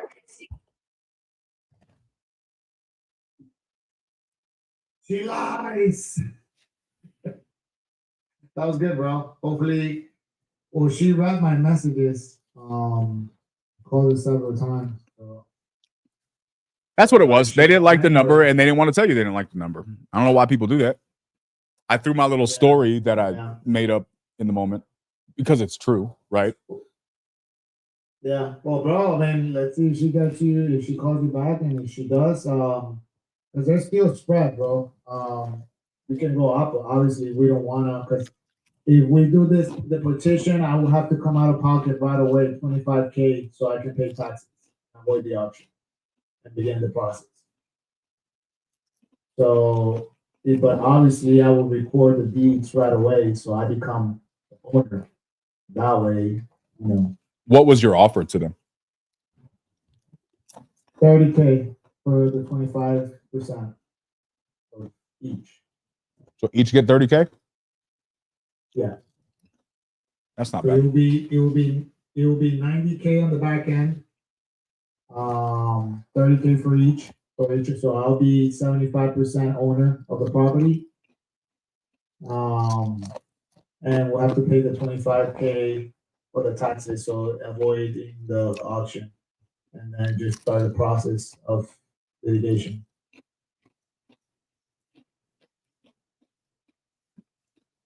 Yo, I'm always here for Luke's summaries. He makes my self-esteem feel good.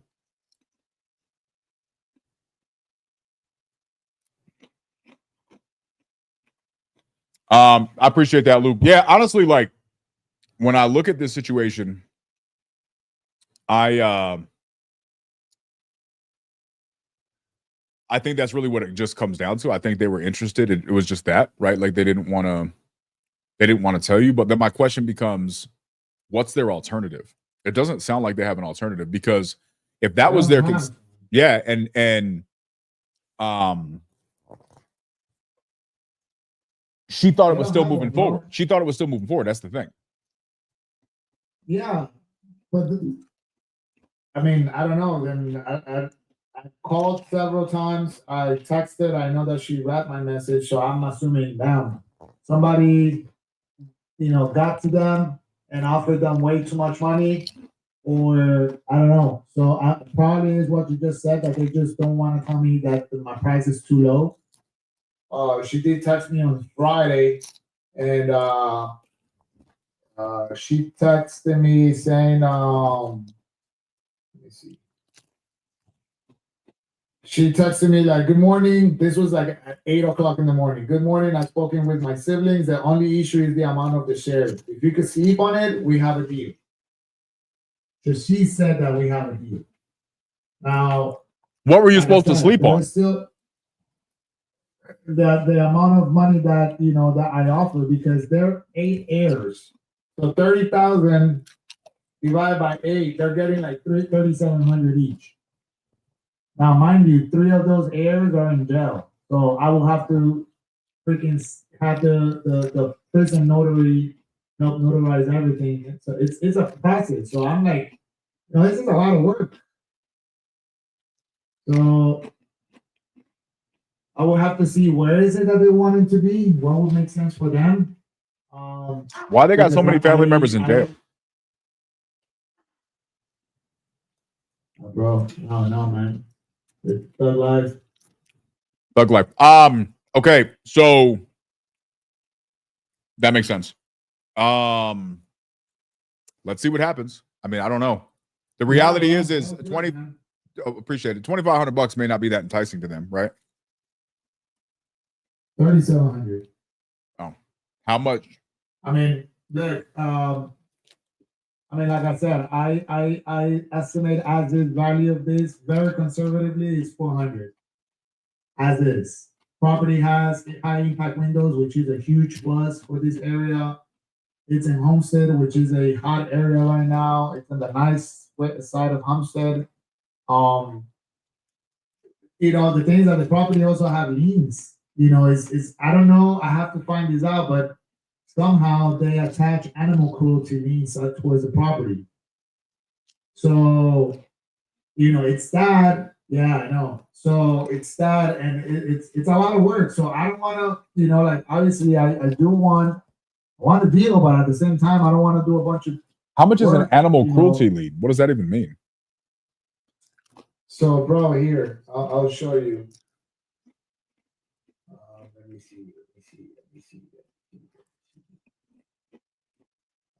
What is that thing? Don't share any address information. It's like they're not feeding the dog, like cruelty to animals, underway to deprive an animal of proper shelter. Yeah, and she has about 1, 2, 3, 4, 5, 6, 7, 8 liens for $1,000 and $1,015 each. That's crazy. $9,000 something. So, So yeah, bro, I mean, they have no time. They have no time. And the thing is that Teresa, which is the executive of the state, she's fed up. She wants to walk away with nothing. I'm like, lady, you already went through this whole process. Let me do all the work, dirty work, and walk away with $30,000. At least you're walking away with some money. Yeah. So let me do the heavy lifting. I told the same thing to Erica and Tamika.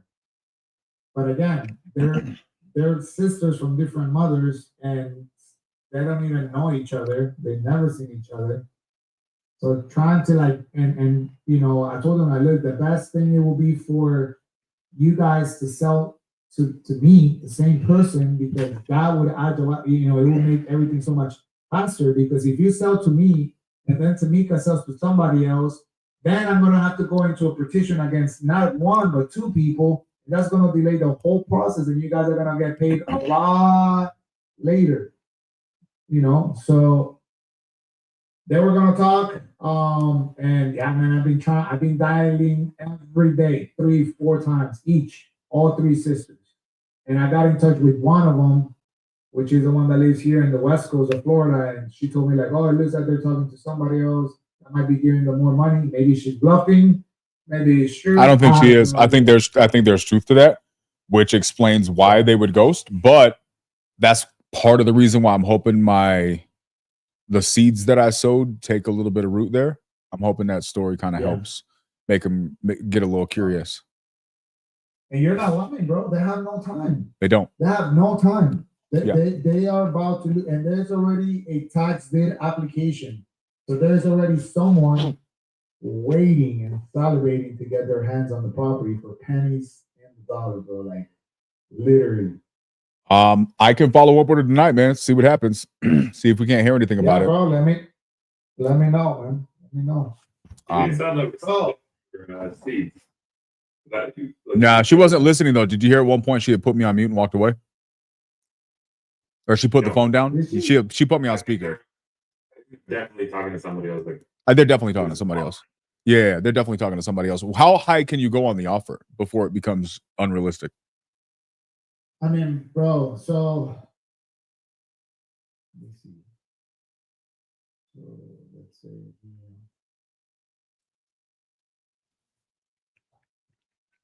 that's 60.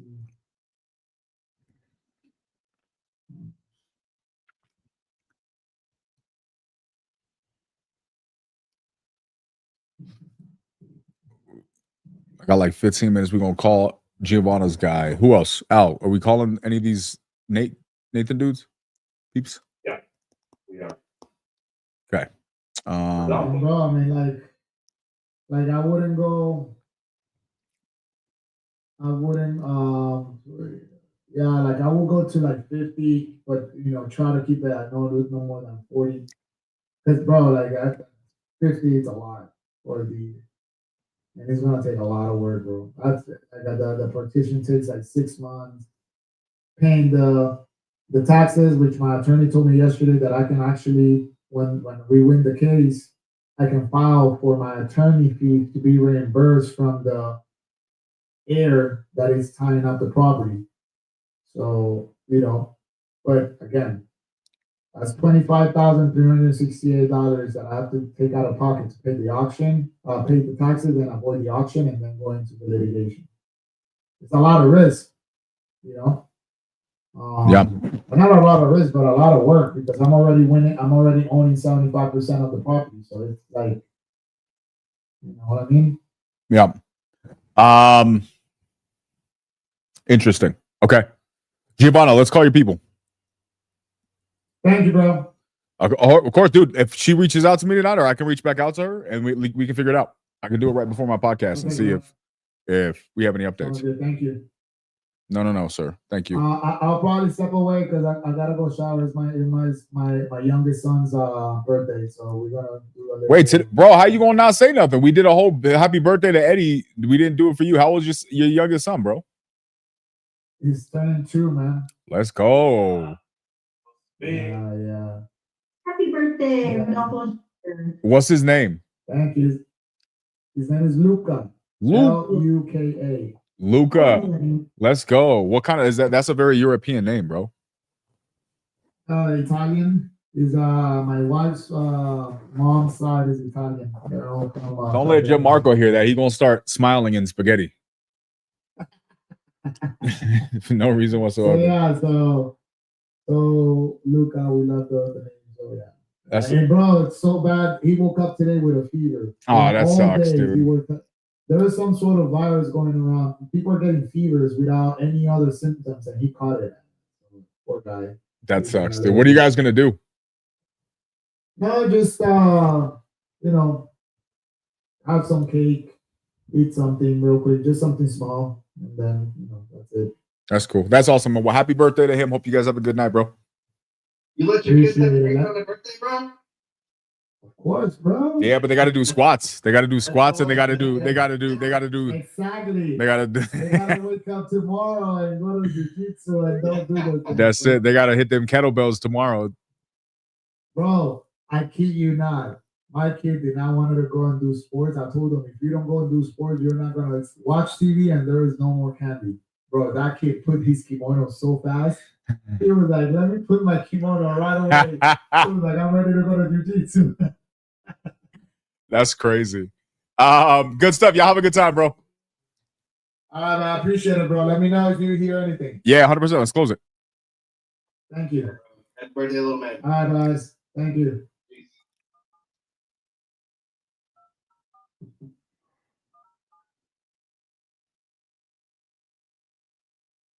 Okay, this is the one that you started out really good, and then how do we wrap it? Because I know we spent a lot of time on this call.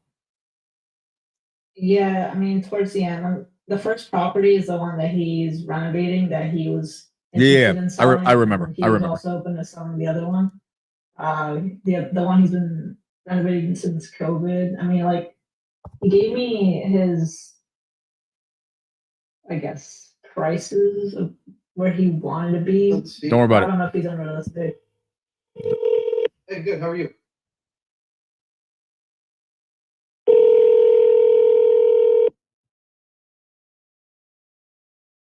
Yeah. Here, let me pull you up here real quick. What was last name again?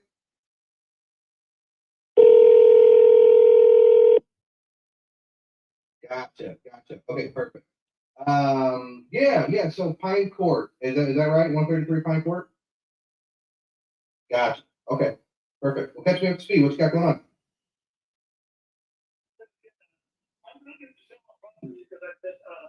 It's just being my wife, and it's a lot for us now. The acreage, at the house, the houses that be a commercial building in front.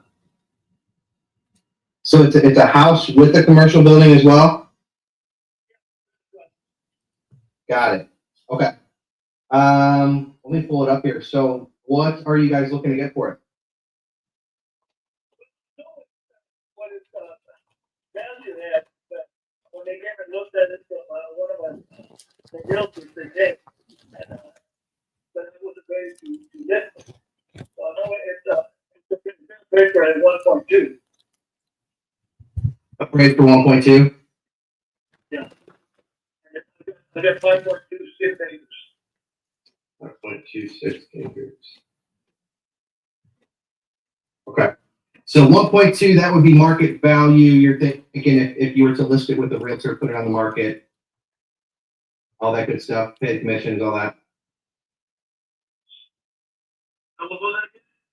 The 1.2, that would be that would be retail. That would be like market value is what you're thinking. If you were to put it on the market with an agent, pay commissions, all that good stuff. That's kind of what you're thinking.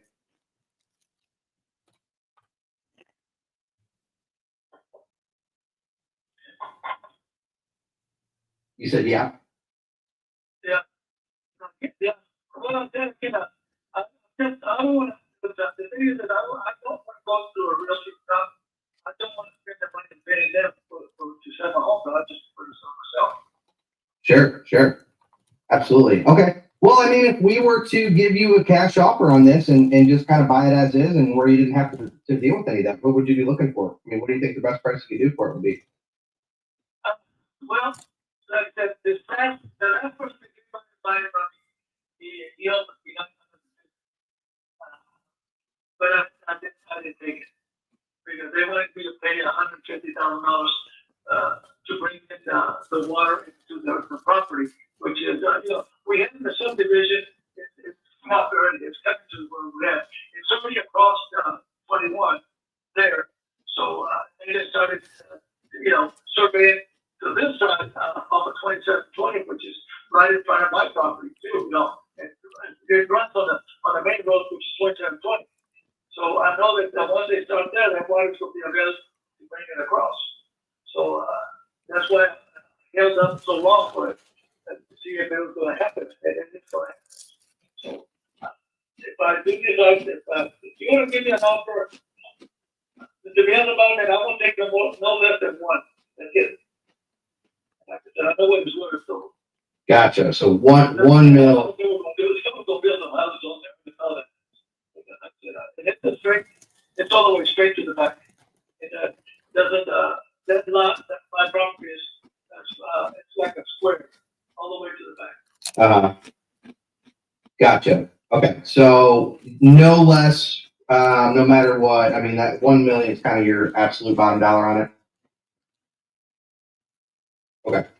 Okay. Let me look at this a little bit more. So, but give me a little bit more info here. So I know there's a single family home on it, but there's also commercial. So what is the setup here? The property runs all the way to the front road, which is 2720, right? Right. So I used to own a restaurant in Hewlett, downtown Hewlett. So I closed that and decided to build my own restaurant on my own property, the front part of the property. And so I did build it there. But we never decided to go. My wife got sick and she decided she didn't want to be open. So the building is there. That's all it does. And what it does is it serves a purpose. Of course, all my kids put their junk in there. They look at it as a storage. Right. At least somebody could use it, I guess. What's the size of the building that you put on there? It's 40 by 50. Okay. So the 40 by 50, and then it's got electric, everything's all ran to it. What doesn't it have? It's got electric, everything. It's got a septic. It's got bathrooms in it. Okay. Did you build it out? I mean, is it like built out for a restaurant, or is it just an empty shop? This is for a restaurant, but I went all the way to get everything inside the way I wanted it, and the kitchen. But the only thing that I didn't put in there was the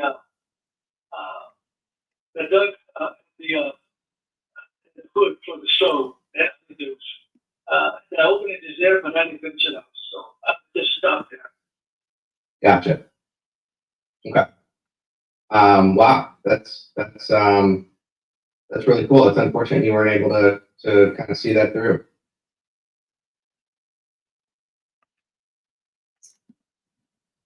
Well, okay. Well, I'll have to talk this over with my team here. I mean, 1 million, it seems a little much for me. I'm just kind of based on some of the things I'm looking at here.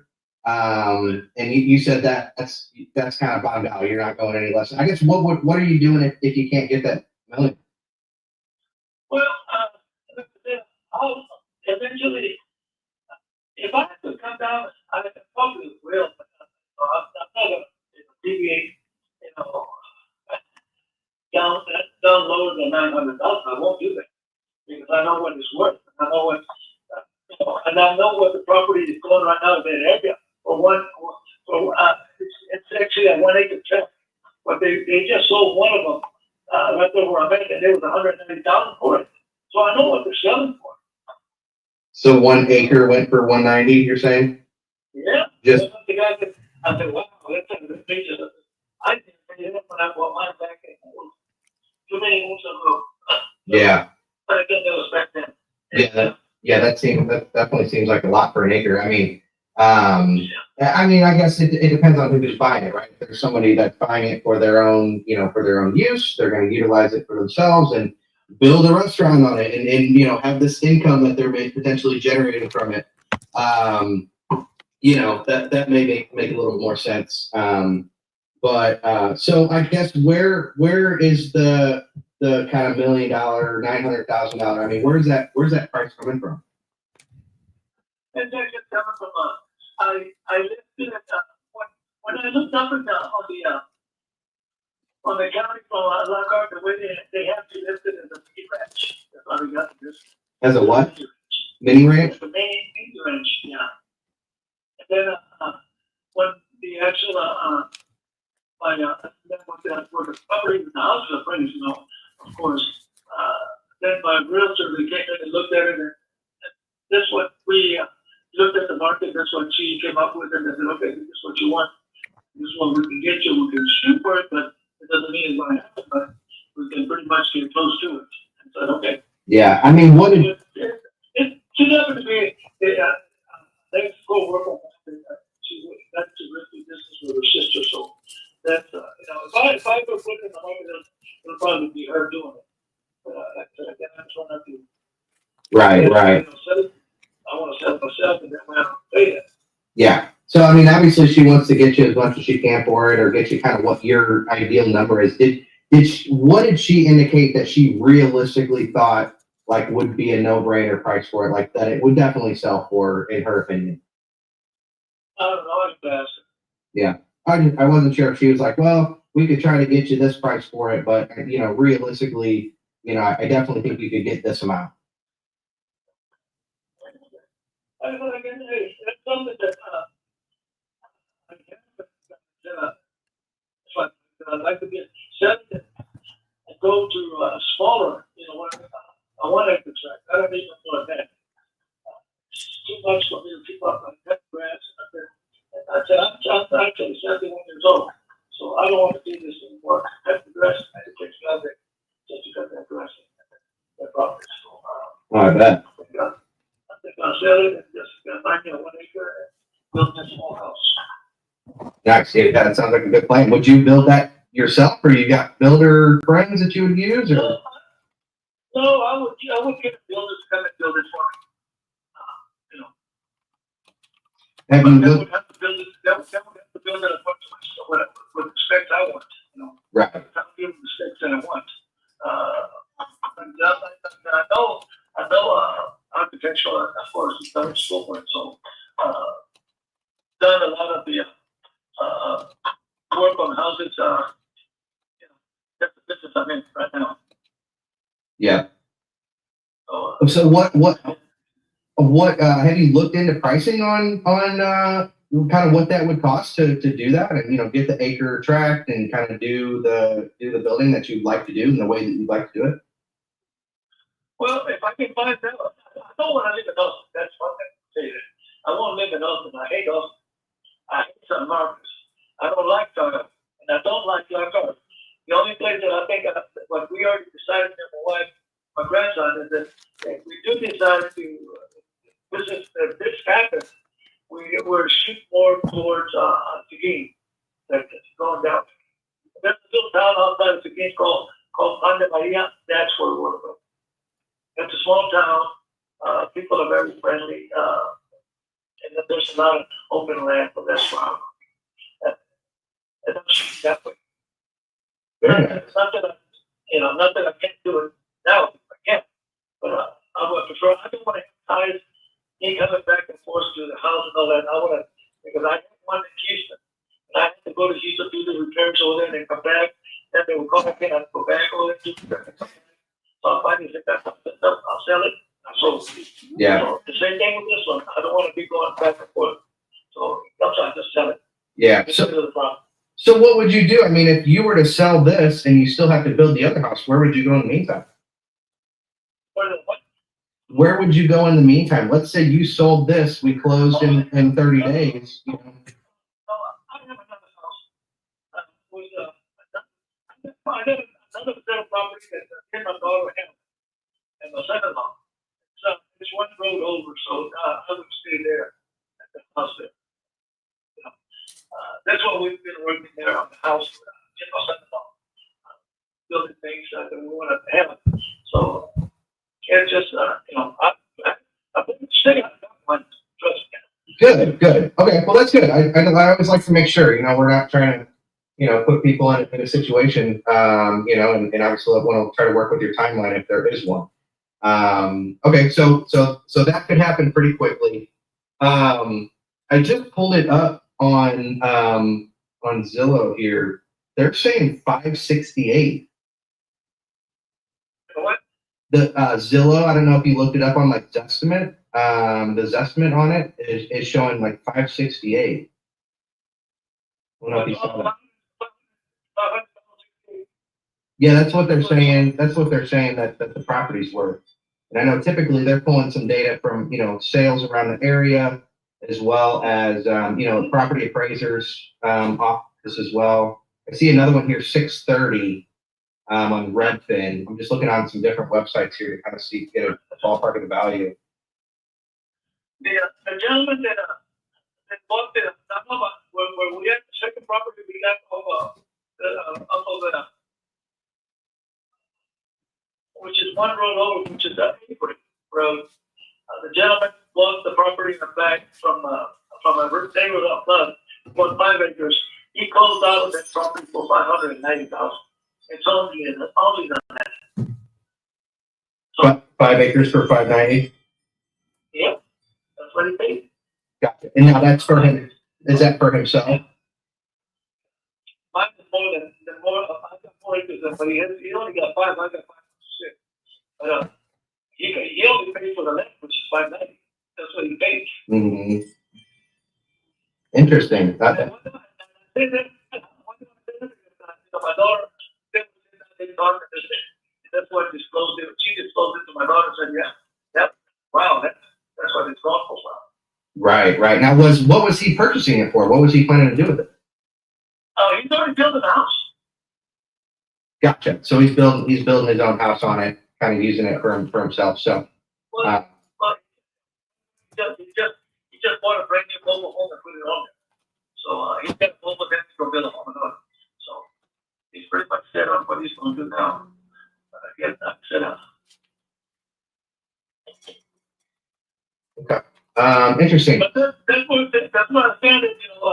Very much. Again, I'm not going to say it's not negotiable, but it's not negotiable for those $168,000. That is not. Yeah.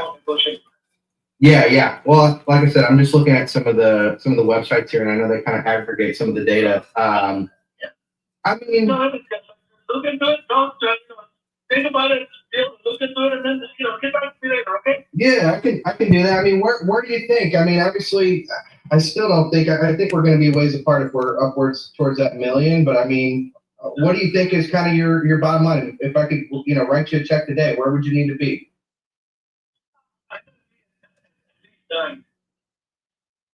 Okay, so the 9. Well, I thought you said you did still have some potential room from the 9, no?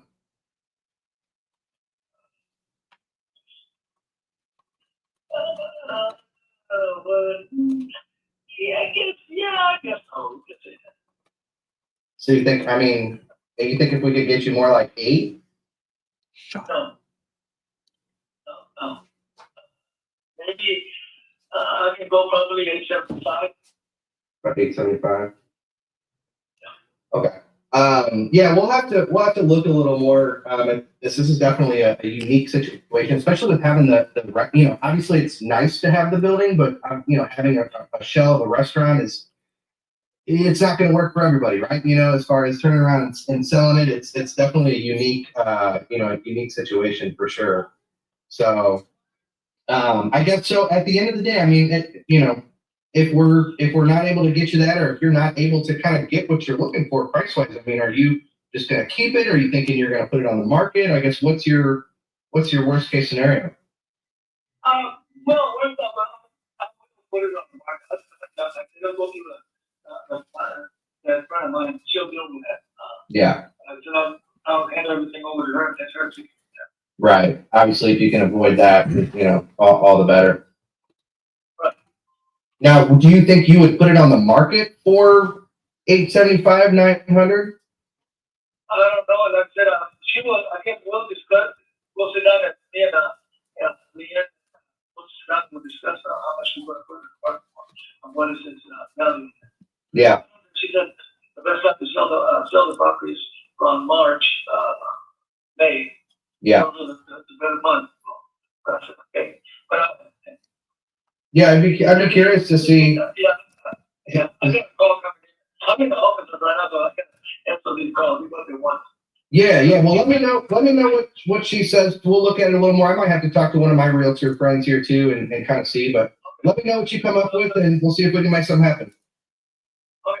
All right. Bye. Bro, why didn't you sound like that on your other call, bro? Go ahead, Kate. I was just gonna say, if you tell me what town it's in, I can tell you how far off or to run away real fast. Yeah. Yeah. Right. Because he wasn't an asshole. I still have to learn how to deal with those types of sellers. So what I'm hearing is your ability to be a man depends on the other party you're talking to. Got it. Now that's cool. Kind of, bro. He said kind of, right? You don't say kind of to that, bro. Working with different personality types, right? And so the objective is to not have that be a factor and be able to pivot and work with any type of personality type that we run into. That part. Right. This is where I am having some trouble with that type of seller that we dealt with earlier. Well, we're gonna work on it, bro, because I know we are. I appreciate you, bro. no, I appreciate you. Guys, you're awesome. I tried calling Giovanna's guy. He didn't answer me. She's gonna text him. We're gonna call back tomorrow. Tomorrow, I don't have anything happening in the afternoon to my knowledge, so we'll be able to just like pound through calls. Hopefully, I can get these emails out. We'll get a lot more people coming and hanging out on the YouTube, other things. We'll start the challenge. It's gonna be really, really fun. Guys, who's participating in this? Who's getting their song to me today? Yeah, we'll get I'm that. so- Can I send you my number and shoot you this info? You want to shoot me a text? The song's gonna be dope. I'm pretty sure our dog has been choking for 2 days on fake snow. Can you guys hear this? It's got to be it. What else would it be? Probably just balls of cotton that she can't get out of her mouth. I don't know. Yeah. Yeah. So I mean, as I mentioned, I mean, we got everything lined up, Rob. We got Daniel has those other people that we can get in contact with to figure out the situation with the other house, right? So, what are you thinking moving forward, Rob? You think we're getting maybe before the end of the year? Yeah, no. I'm trying to the contact they can't from. He made me think, convince me I need to tell them. Good neighbors, neighbors, so I put a lot of interest in it, Yeah, I mean, it's not that you're not by the right. It didn't seem like very much, Yeah, what were you thinking?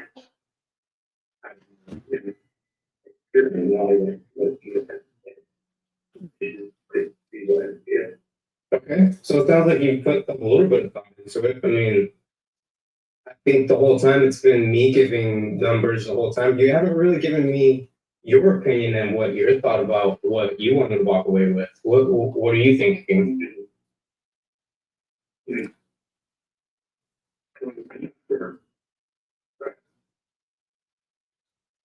More than you just take your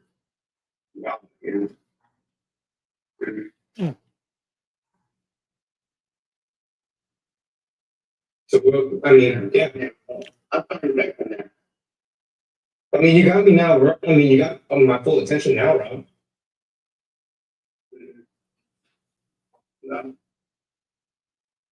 What are you thinking?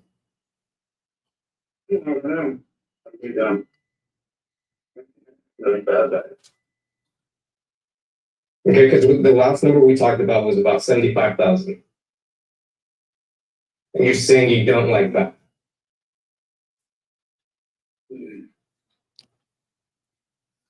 No. I don't know, and it's not able to, accept it right now, so. Because you said we weren't too far off of Hillsborough. Why don't we talk about Hillsborough first? we take these one at a time, slow things down a little bit, and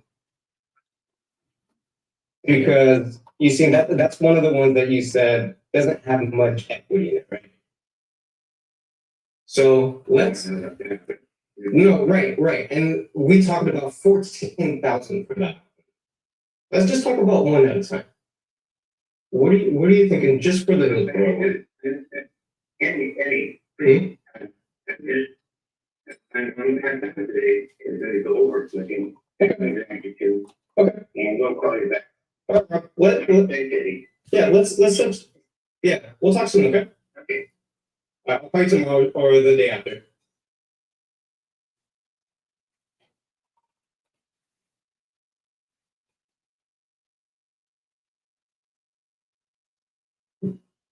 Bro, that has to be one of the most aloof sellers ever. Bro.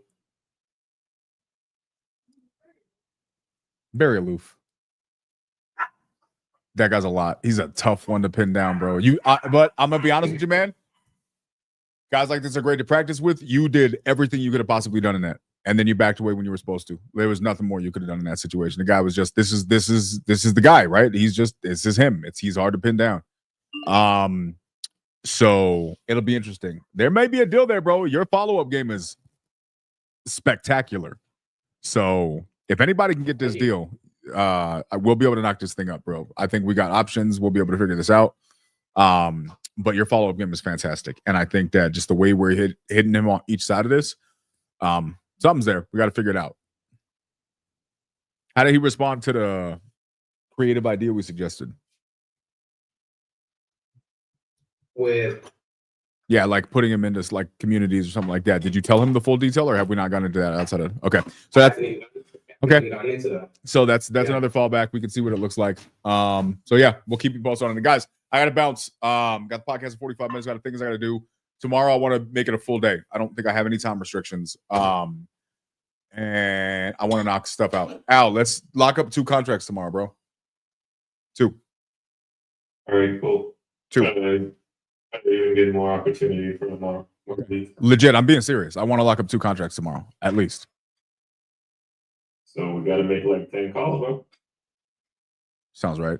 I mean, if I want to lock up 2 deals, I just need to make 2 phone calls. Tell them. We've oh no, they didn't answer today. They didn't answer. I made 1. 2. No, I did make 2. Rodolfo's, but I got to follow up on that, so we'll see. Nah, let's definitely do it. Let's do it. I want to pound some stuff out tomorrow, and I want to get at least 2 contracts. We're going to be calling back Giovanna's guy. Hopefully he lets her know, and then we can actually just get some on the books. We'll see what's going on with Steve's guy. Yeah, let's do it. I'm excited about this. We're going to lock some stuff up. Hopefully I can get the emails out tonight. We can get other people out here to come and hang out with us. It's going to be fun. You guys are dope. I'm excited. Who else is locking up a deal this week? One in the chat if you're locking up a deal this week. Oh, we now have the recording to play tomorrow. We have not forgotten about your recording, bro. I heard it was fantastic. Yeah, man, prepared some popcorn. It's great. Is that good? How do you what did you call that word? What was the food? Are you going to make fun of it? Probably maybe a little bit. What's I just want to know what it's called.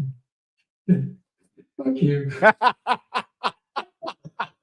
Yo, it's the way he said that and then muted immediately. Like I'm not. No, bro, my voice is terrible. Are you all right, bro? You sick? Yeah, I don't know. I think I got a long COVID or something. I've been sick. Nah, bro. Short COVID's way better. 8-9 days or something like that. You picked the wrong COVID. You should have did the short one. Usually, the sick voice is just better. Like, yeah, it's sexy. I told him once, like, I think he just woke up or he was sick and was like Steve. Yeah, sick voice can be. Sell you their house if you sound like this. Just facts. Stay. I don't know what you're doing right now. Keep sicking. Just keep being in a. I just woke up. Keep sicking. Morning voice. That morning voice goes crazy. All right. So we got a bunch of people getting deals this week. We're gonna lock it up. Official challenge will be live in the books for everybody who wants to do deals with us. If you're watching on YouTube and you want to close deals before the end of the year, I hope you're on my email list. Plug in because I really, really, really want to get you guys involved with what we're doing. It's gonna be fun. We're gonna have a good time with it. and we're going to close deals with a bunch of people. It's going to be exciting. That being said, podcast 45 minutes. You guys all have a fantastic afternoon. See y'all tomorrow. Love y'all. Peace. Peace.